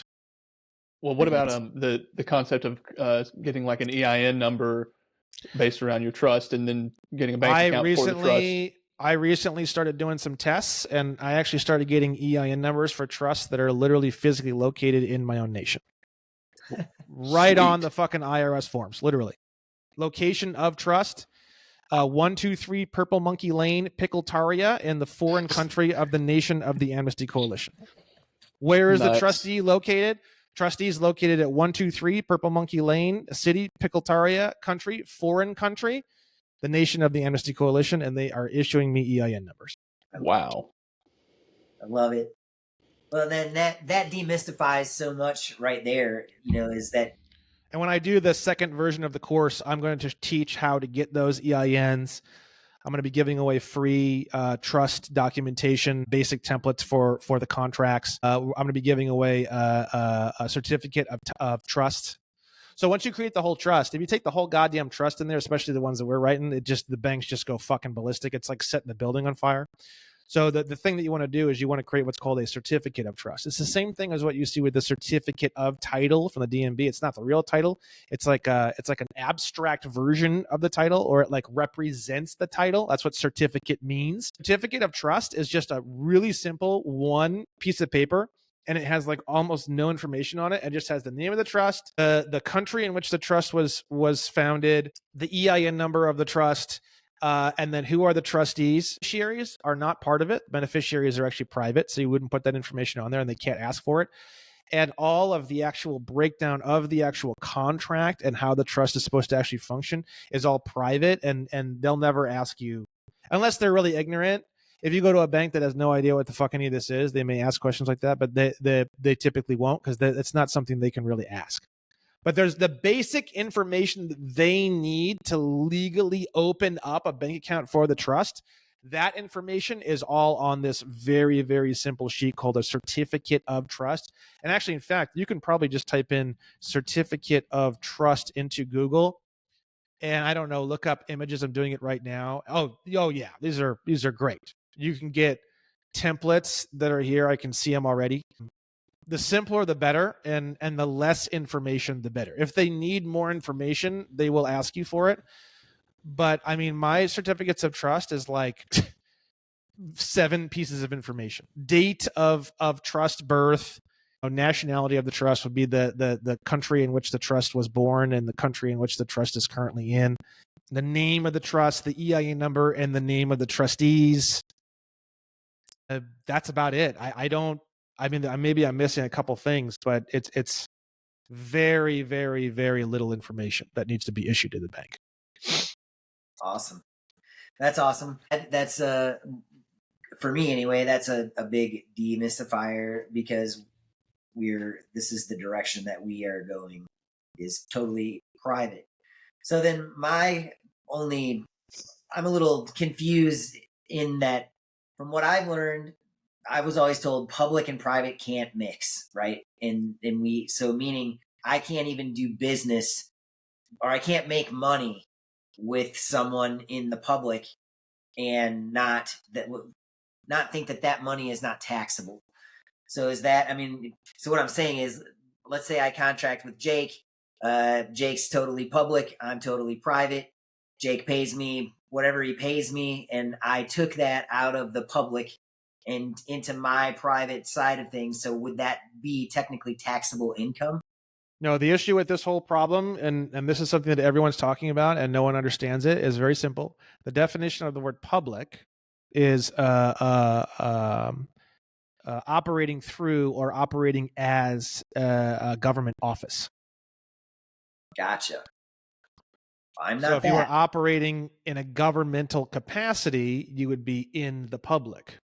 If you were operating in a non-governmental capacity, meaning you can work with a government and you're operating in the private, which is you're not operating from a government chair. And when I say government, I mean incorporated government.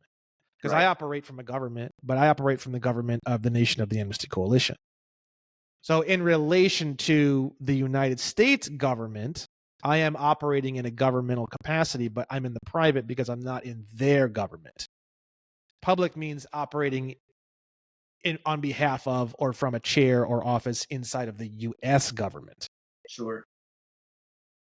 And the problem is social security numbers and naturalizing yourself into the District of Columbia or United States and having a driver's license that places you in the District of Columbia. If you look at, this is actually a really interesting conversation, because what's happening is that most people operate in a governmental capacity and they just don't know it. That's the issue, right? So if you look up, let me see here. I'll find this very rapidly, but I Sort haven't of like looked the concept of invisible contracts.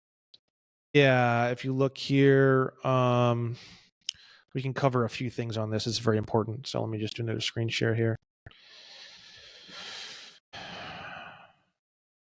Whoops. Share. So this is my website. On the State National Resources page, we have 26 USC 3401, which is a really deadly term that really fucks people up pretty bad. Here's terms like wages, which doesn't mean anything like you think it does. A few terms here that are really important. The term we're going to look at is the term employee. The term employee includes an officer, employee, or elected official of the United States or the District of Columbia or any agency or instrumentality, right? That's why I don't use the word employee. Employee and government officer mean the same thing. So when you say I am an employee, and then you got to think, I am an employee of Starbucks. Well, Starbucks is a business that's located in the District of Columbia. That's why they have a withholding agent with the IRS. And so they would be actually an agency or instrumentality of the government. So when you say you're an employee of Starbucks, you're basically saying that you're a government employee. You're actually operating in the public. Got it. Right. So operating in the private would be, let's say I worked at Starbucks, I would tell them that I'm a non-citizen national on the I-9, and I would tell them that I would give them a W-8-BEN tax form. Now what's happening is you're saying I'm in the private when I leave here, and then when I travel here to work, essentially during working hours, I am an employee or a government officer, but I'm not anything like that or operating in that capacity once I leave this building, essentially, is sort of how that works out in the end. It's very confusing, but that's basically what you're doing in that situation, right? And since a lot of taxation is based off of where you domicile or residence, so when you do it that way, that's how you can work in a public capacity but have no tax liability. So in essence, could you, instead of being an employee of any form, even a W-8-BEN employee, would something better than that be like if you were a private contractor? Yeah, you could say private contractor is a good one. I use the term performer, which people usually associate that with entertainment, but I just tell them no, it's not entertainment. It's just a word that I use that I've expanded that word to be a little bit more vague than just entertainment, and it's just literally one who performs. That's the definition of performer. Nice. So I don't have employees; I have performers, and they work within the trust indenture contract as performers. That's beautiful. Let's see here. I wanted to show you guys something else that's really important.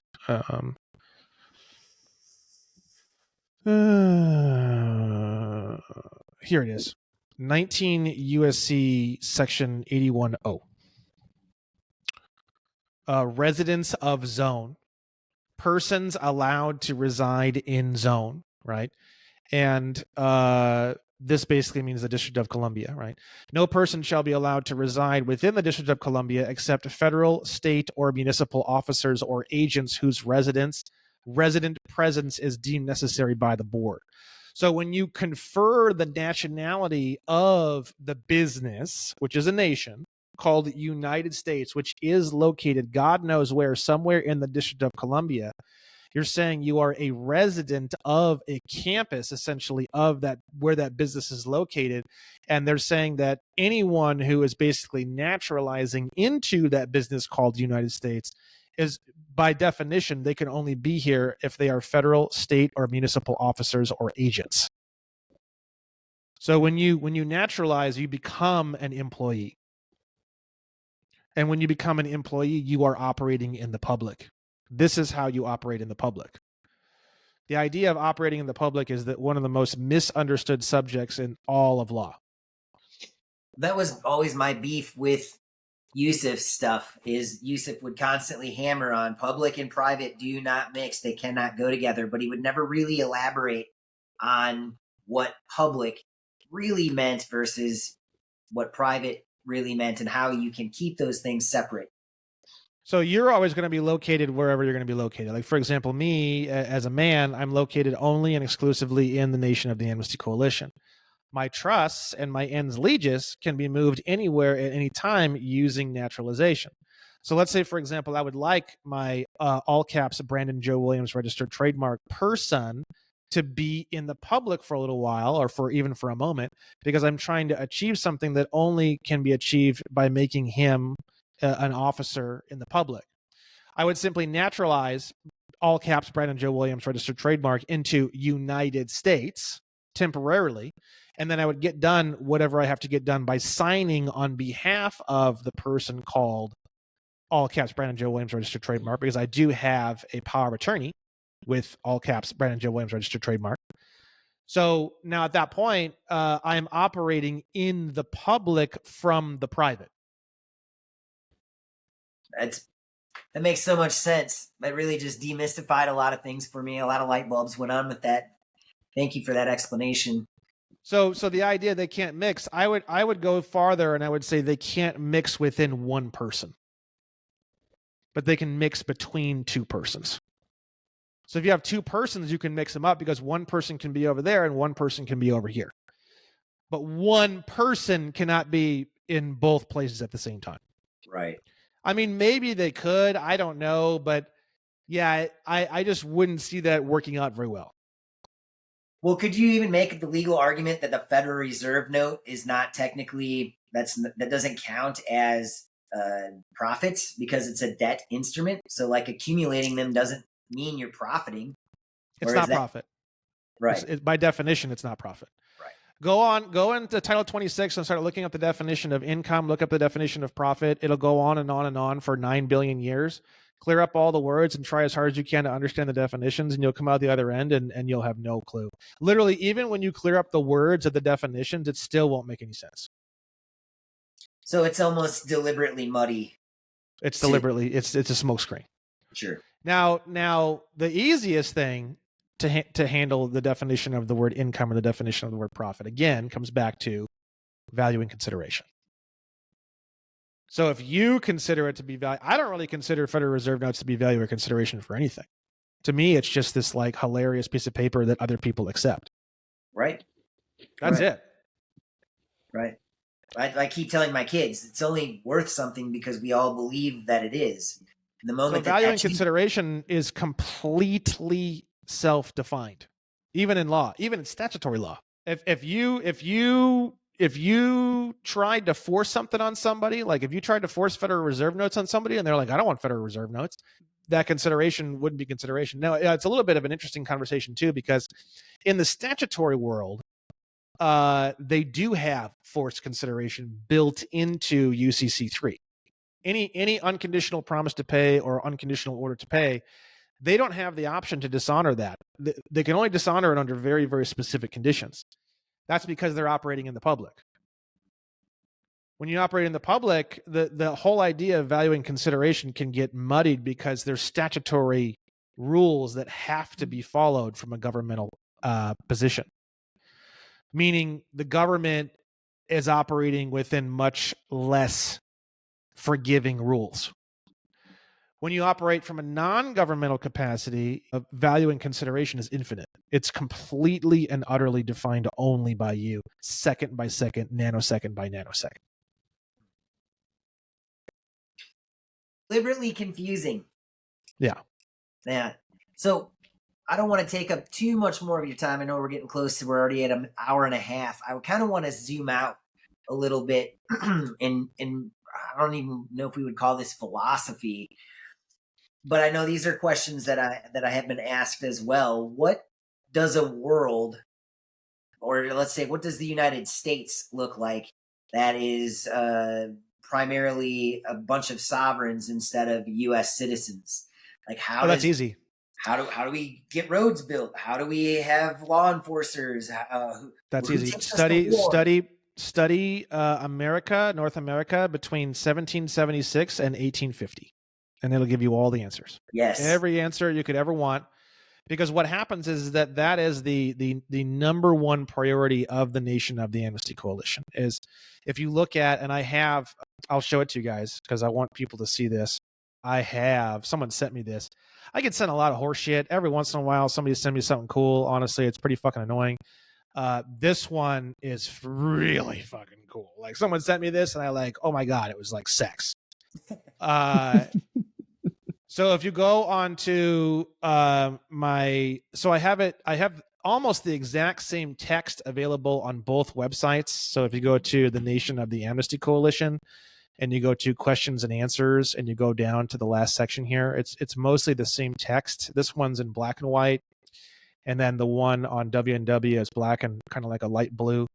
Either site has all the information about the 14th Amendment, what happened, what is the history of the 14th Amendment, how it's the most racist fucking thing in the world, and how we've all gotten sucked into it.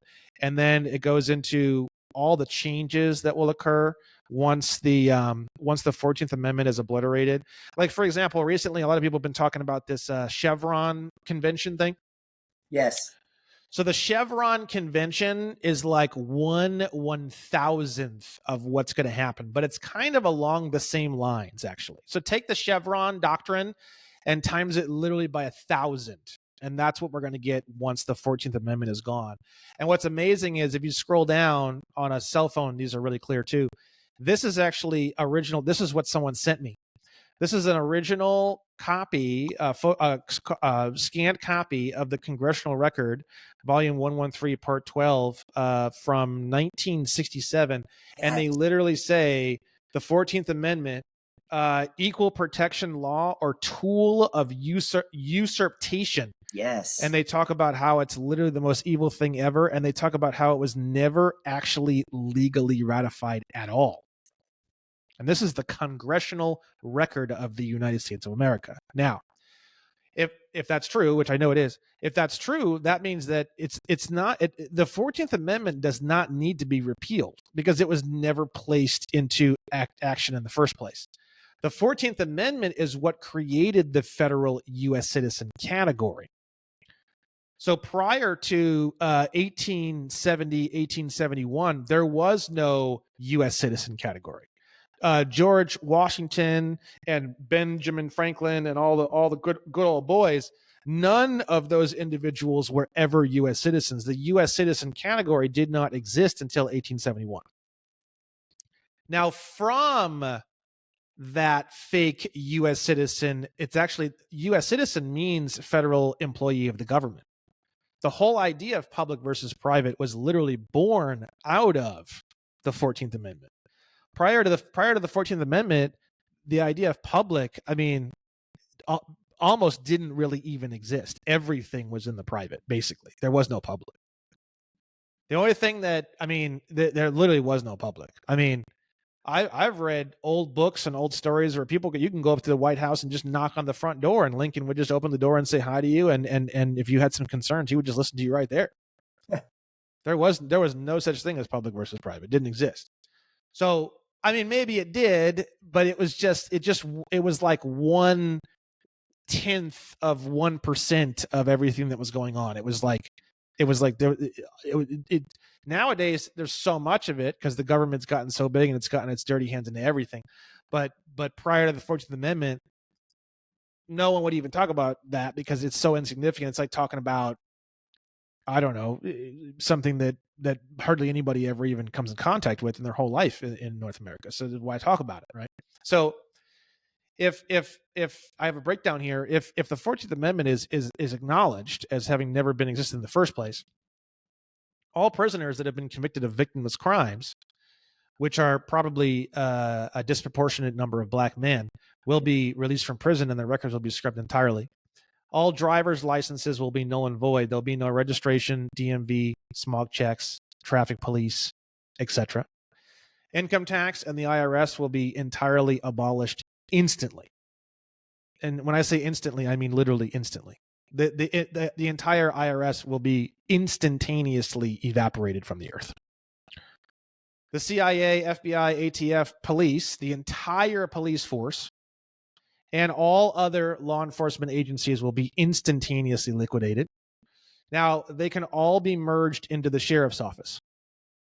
So if people are concerned about, well, we don't want that, and a lot of the public doesn't want that, it's not a problem. It's just the sheriff's office would just get really fat overnight, basically, right? Federal Reserve notes will cease to exist, and the monetary system will be switched back to gold and silver coins instantly. There will be no promissory notes. What will happen is that there's two different constitutions for most states. For example, in California, the first constitution, which is the unincorporated constitution, comes from 1849. The incorporated constitution comes from 1879, and the incorporated constitution of California was repealed in 1960. So we have a situation where the original 1849 Constitution of California says right in it that promissory notes and bills of exchange may not be used and circulated in the society as money, literally verbatim, in the original Constitution. Wow. These people knew. Everyone knew, bro. This is like, we all forgot. But between 1776 and 1850, people knew the dangers of allowing a promissory note bill of exchange system to become the monetary system in America. And it's all over the place. So you start reading a lot of the old stuff from 1776. A lot of them talk about paper money and how it's the most evil thing in the world.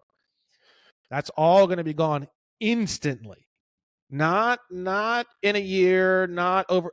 I mean, we're talking literally, they put the stamp on the thing, they sign it, boom, instantaneously all of these things occur.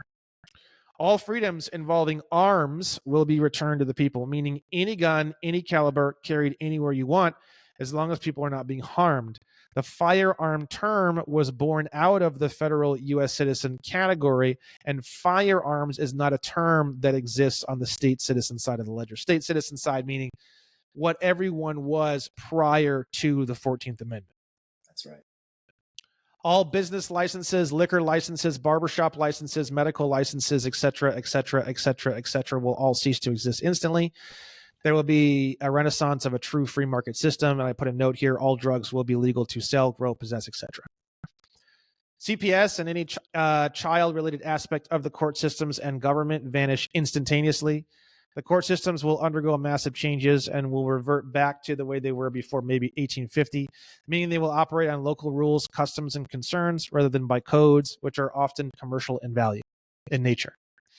All the original state constitutions, which is probably not the version you've read, like for example in California, it'd be the 1849 Constitution, which you can't even find online. I had to go to a law library and actually find an old dusty book and have it photocopied, and then I scanned it and put it on my website, which you can actually access from my Williams & Williams lawfirm.com website. Those original state constitutions will be the active ones, and they will actually be the only body of law in each of the individual 50 states. And you'll have to read those and to understand those better, because each of the 50 states are independent nation states, sort of like each of the countries in the European Union are all separate countries. Through this whole brainwashing, whatever, we've gotten to the point now where we think that it's all just kind of like subsections of a larger country. That's not the way it worked before the 14th Amendment. So California and New Mexico are the same thing as saying France and Italy. I believe France and Italy are right next to each other. So it's the same idea. New Mexico and California is France and Italy. That's how the original structure was. And once the 14th Amendment is acknowledged to have never been existed in the first place, that is what we will have. Okay.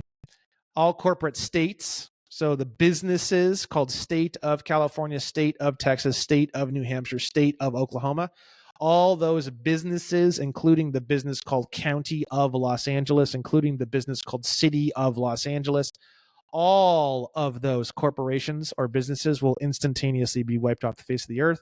And the District of Columbia will still exist, but it will exist as a completely foreign country. It'll be like Scotland. Yes, it'll be right in the fucking heart of our country physically, but it will be as foreign to us as Antarctica or Japan. It'll have absolutely nothing to do with the United States of America. Certainly. And that's what'll happen if the 14th Amendment is acknowledged to have never been properly ratified. Now, the Chevron Doctrine did a teeny bit of that. And it is a pretty cool thing, and it is a pretty big blow to the system, but it's nothing compared to the 14th Amendment. Right. So if the 14th Amendment got pulled, there is no U.S. citizen.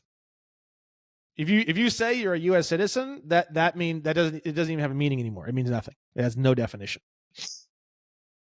So what are your thoughts on like a technological currency like crypto, or say like Bitcoin or something down those lines?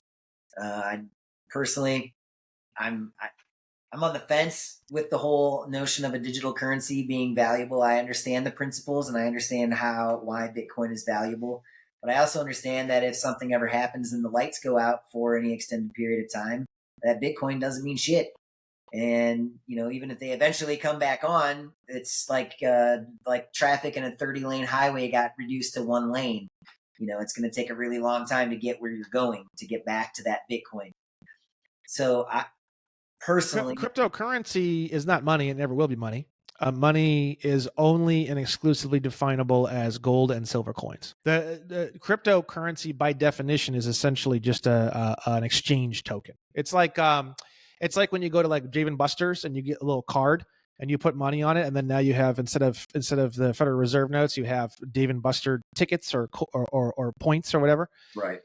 It's the same idea. You're getting a Dave & Buster's card. It's the same idea.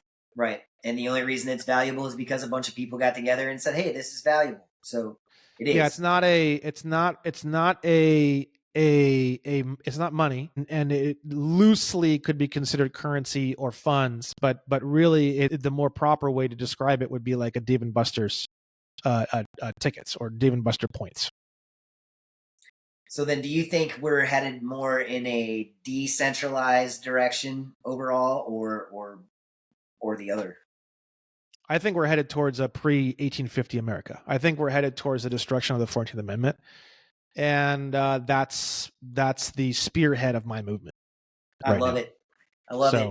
I know once the 14th Amendment is removed or obliterated, I mean, we're talking 97% of everything that ails this country will be instant. And I don't mean like 6 months later or 1 year later or 10. I mean literally instantly fixed. Instantly. If it's 7 p.m. on October 19th at 7:01, 97% of every issue in this entire country is wiped, obliterated off the face of the earth. Well, there's no more debt because there's no more Federal Reserve to owe it to. There's no more U.S. citizen. There's the prison systems are 96% of the entire prison system is instantaneously evacuated. All the prisons are no longer incorporated. They're no longer businesses. So they have to completely restructure. They'll be back underneath the Department of Justice. So there'll be a full restructuring of the ownership of prisons. Yeah, I mean, the list that I gave you guys earlier is just a short list. I mean, the list is much longer than the one I gave you. Well, my personal last question to you is, how do you feel about property ownership? What I mean by that is my own mental concept of what it means to own land has dramatically changed from my time of living in the city to now living, out in the country. And I feel like land ownership is something you're really more of a steward of.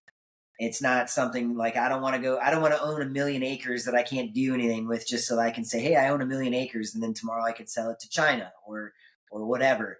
I feel like that's something that is really kind of like thrown off our connection to nature and to living in this whole thing is all false anyways, because the thing is that possession in common law, possession is 9/10 of, and that's why, like, for example, I don't know if you guys have ever gone down the rabbit hole like adverse possession. Have you guys ever heard about that? So adverse possession is let's say there's an abandoned building or something, and you can literally just, if no one has expressed a desire or interest in the building, you can just move into the goddamn thing. And if you're there for a handful of years, you can actually get a legal title. Okay. So it's called adverse possession. that's what they're encouraging in New York, right? They're encouraging that of like people who are trying to squat or going into properties and If the squatting in property them. is truly abandoned and no one has expressed an interest in it, see, it's like anything else. In litigation is where you learn a lot of the basic functionalities of law going back literally hundreds of years. It's actually really cool, the philosophy behind it. So the philosophy behind all law is claims. So it's claims is as basic as value and consideration. You know, that's why I teach the most basic shit, the easiest shit that gives you the most bang for your buck. Value and consideration is like the highest bang for your buck of like all information in like the fucking planet. Once you understand value and consideration, it's like, holy fuck, you can do almost anything. You become a god in like 6 minutes. Claims is sort of the same thing. You can become a god in like 6 minutes. So the way that all law works and all functionalities of law, it operates beyond on claims. You are claiming that you own the car, and then someone else is claiming they own the car, and then now you have a justiciable controversy, and now both of you go to a court, and you both basically give authority to the judge to make the decision on who is actually the owner of the two claims, right? So if you claim something, a diamond watch, a pile of shit, a piece of a rock, it could be anything, and no one else claims that particular item, that item legally becomes yours until someone else comes along and tries to claim it. That's why, like for example, when you do a trademark, you have to publish the trademark for 60 or 90 days. And if anybody else makes a claim against that trademark, now you have a justiciable controversy. Because that's how all law functions, on claims. It's all on claims, right? Now you got to think, if the 14th Amendment was removed, all mortgages and quit claims and warranty deeds would be evaporated off the face of the earth, and possession would be the claim. So if the 14th Amendment was repealed, any empty building that wasn't like trying to be sold, if it's like someone fixed it up and there's a for sale sign out front, that wouldn't be something up for adverse possession because someone has claimed it and they're claiming that they're trying to get some sort of value or consideration to exchange their claim. They've claimed it. But if there's like fucked up this and the windows are fucked and this is fucked and no one's there and they're not trying to sell it and there's nothing there, that'd be a whole different story, right? So when the 14th Amendment is gone, now what happens is that basically every single property and a lot of these properties that are just sitting vacant become it's just a homestead again, pre-1850 homestead, where there's a plot of land and you just put a fucking stake in the ground and start building something with logs and boom, now you got yourself, and you say, I claim this land. And then somebody else comes along and, just whistling Dixie and nobody else ever comes along and claims the land. Okay, well, now it's yours. And all the courts did back in the day is just hear these claims. That's my land. Why is it your land? Well, because my ancestors and it's part of my ancestors and my grandma was buried there and it fucking and then the next guy says, well, why do you claim the land? And he's like, well, I paid for it from this other guy. And then now they got to bring the other guy in as a witness and they got to sort this out. There's these claims and we got to sort out who's right and what's the claim and how can we settle this? The settlement might be like, look, he has a right to it, but he really wants it and he'll pay you X amount if you'll settle. And then now that's how in court, that's how we get into settlement agreements. So at that point, it's like, how do we settle on this? It's like, all right, you give me some money and I don't know, give me that truck or something and I'll just let you have the property or whatever. So a settlement is basically when there's two claims and then the parties making both claims work out a solution to end the dispute of the two claims in some sort of like finalization. Claims is everything. Like when you claim you've been damaged, you're stating a claim. When you claim you own something, you're stating a claim. Now the thing is that everyone thinks you have to go to the DMV to get a certificate of title in order to claim ownership. Just by driving the thing around, just by having the fucking thing in your garage. In common law, you are claiming ownership of the vehicle, and that's where this idea of possession is 9/10 of the law. The problem is possession is 9/10 of the law in common law, not in statutory law. In statutory law, you have usage rights over the vehicle, and the actual real ownership, the big boy, big daddy ownership, is with the business that's located in the District of Columbia that's called State of California. You look on your certificate of title, which means copy of title. It doesn't mean title. And you see that you're listed as the registered owner. You look up the definition of registered owner in the dictionary, and it says a person who basically gets dividends from something or has usage rights for something. That's the definition of registered owner. So the definition and the words and the contract is right in front of your face. It's just you assume the definition of the term registered owner. When you look it up, it's very shocking as to what it actually means. It means that you have the right to use it, but you don't own it. Right. Man, that's amazing. It really is. It makes it really clear the direction that we need to be moving in, and which is abolishing the 14th Amendment and, yes, and getting people. All that stuff will cease to exist, and it's just claims and possession. All ownership and transfer of ownership, it becomes so simplified at that point. You have claims, you have possession, and you have receipts and bills of exchange and bills of contract. I, Brandon Joe Williams, sell this 2023 Triumph Speed Triple 1200 RS VIN number, blah, blah, blah, blah, blah, 40 pieces of silver to blah, blah, blah, blah, blah, blah, blah on blah, blah, blah date. You have two witnesses that know some of the people that are there, and you sign, he signs, witnesses sign, and then you get that photocopied for everyone, and that's it. That's your title. Legal transfer. Beautiful. Well, Jake, do you have anything that you want to ask or add beyond? Man, we've covered a lot of bases here, and I'm super thankful that you made time for us, Brandon. We really do appreciate it. I think that your book came into my life at just the most ideal time, and your free course, absolutely as well. I can't wait for the next one to come out, man. I'm going to dive right into it. That'd be awesome. But dude, like I'll speak for me and Jeremy both. On this one, but we both have a lot of love for you, brother. We really appreciate what you're doing. Thank you. And we just absolutely are so thankful.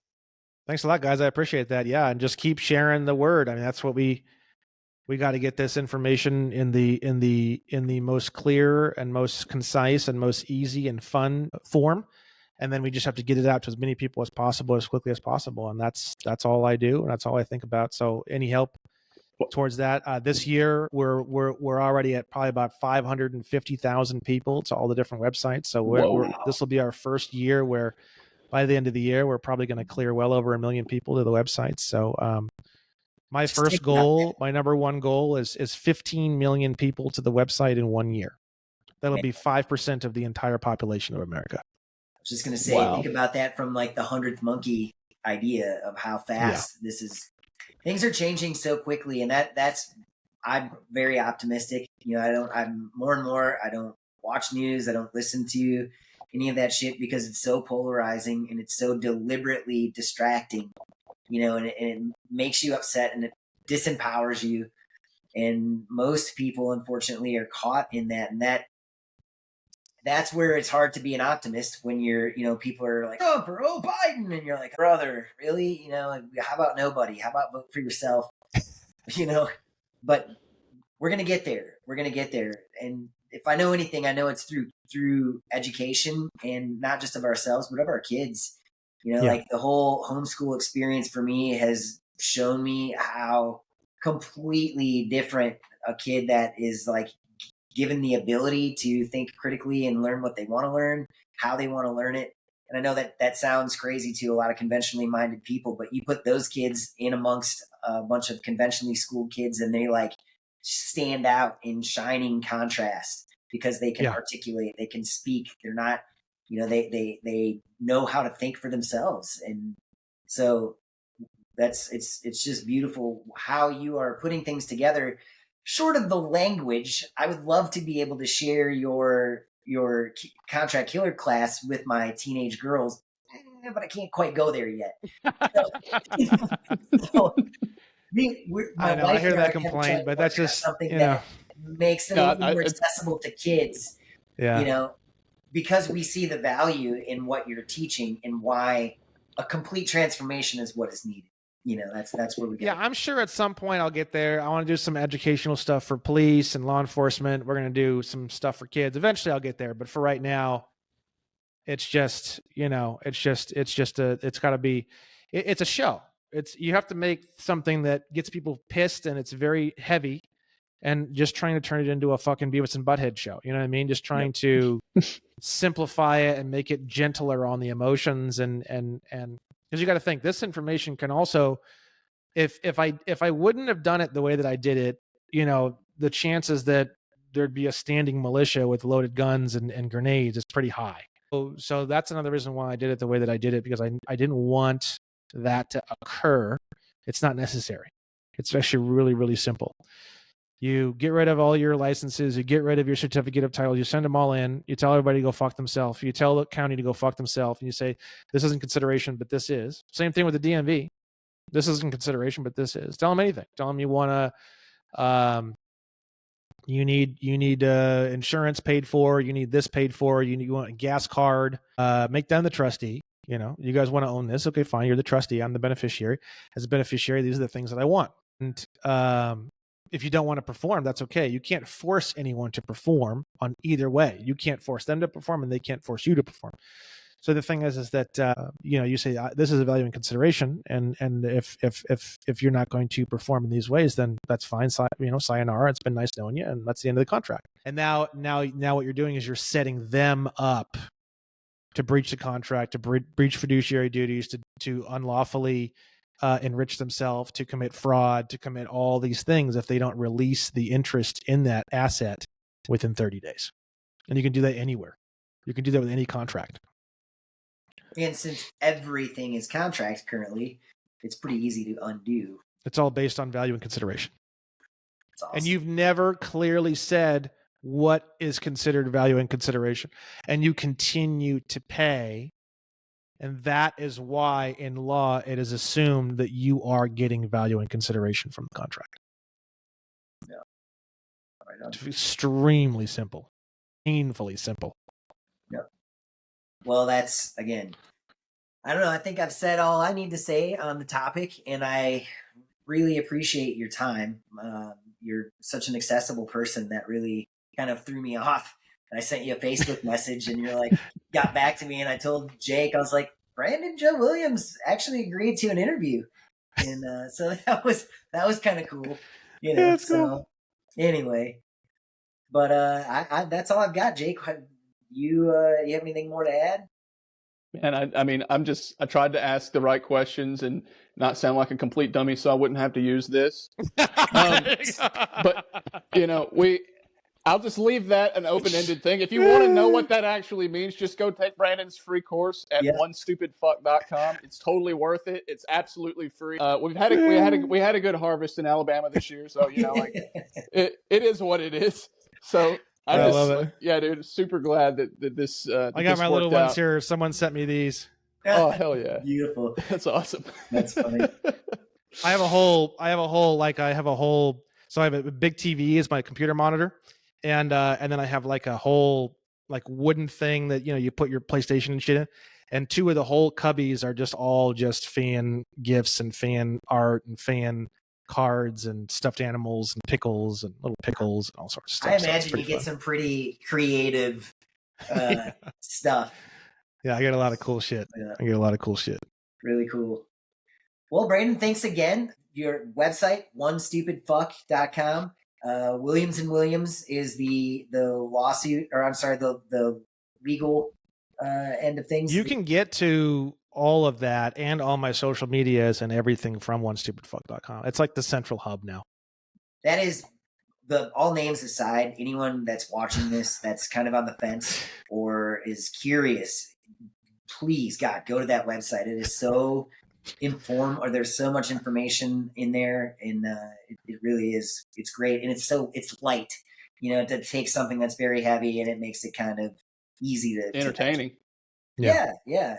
So really appreciate what you're doing, and I really appreciate your approach of making it free and accessible.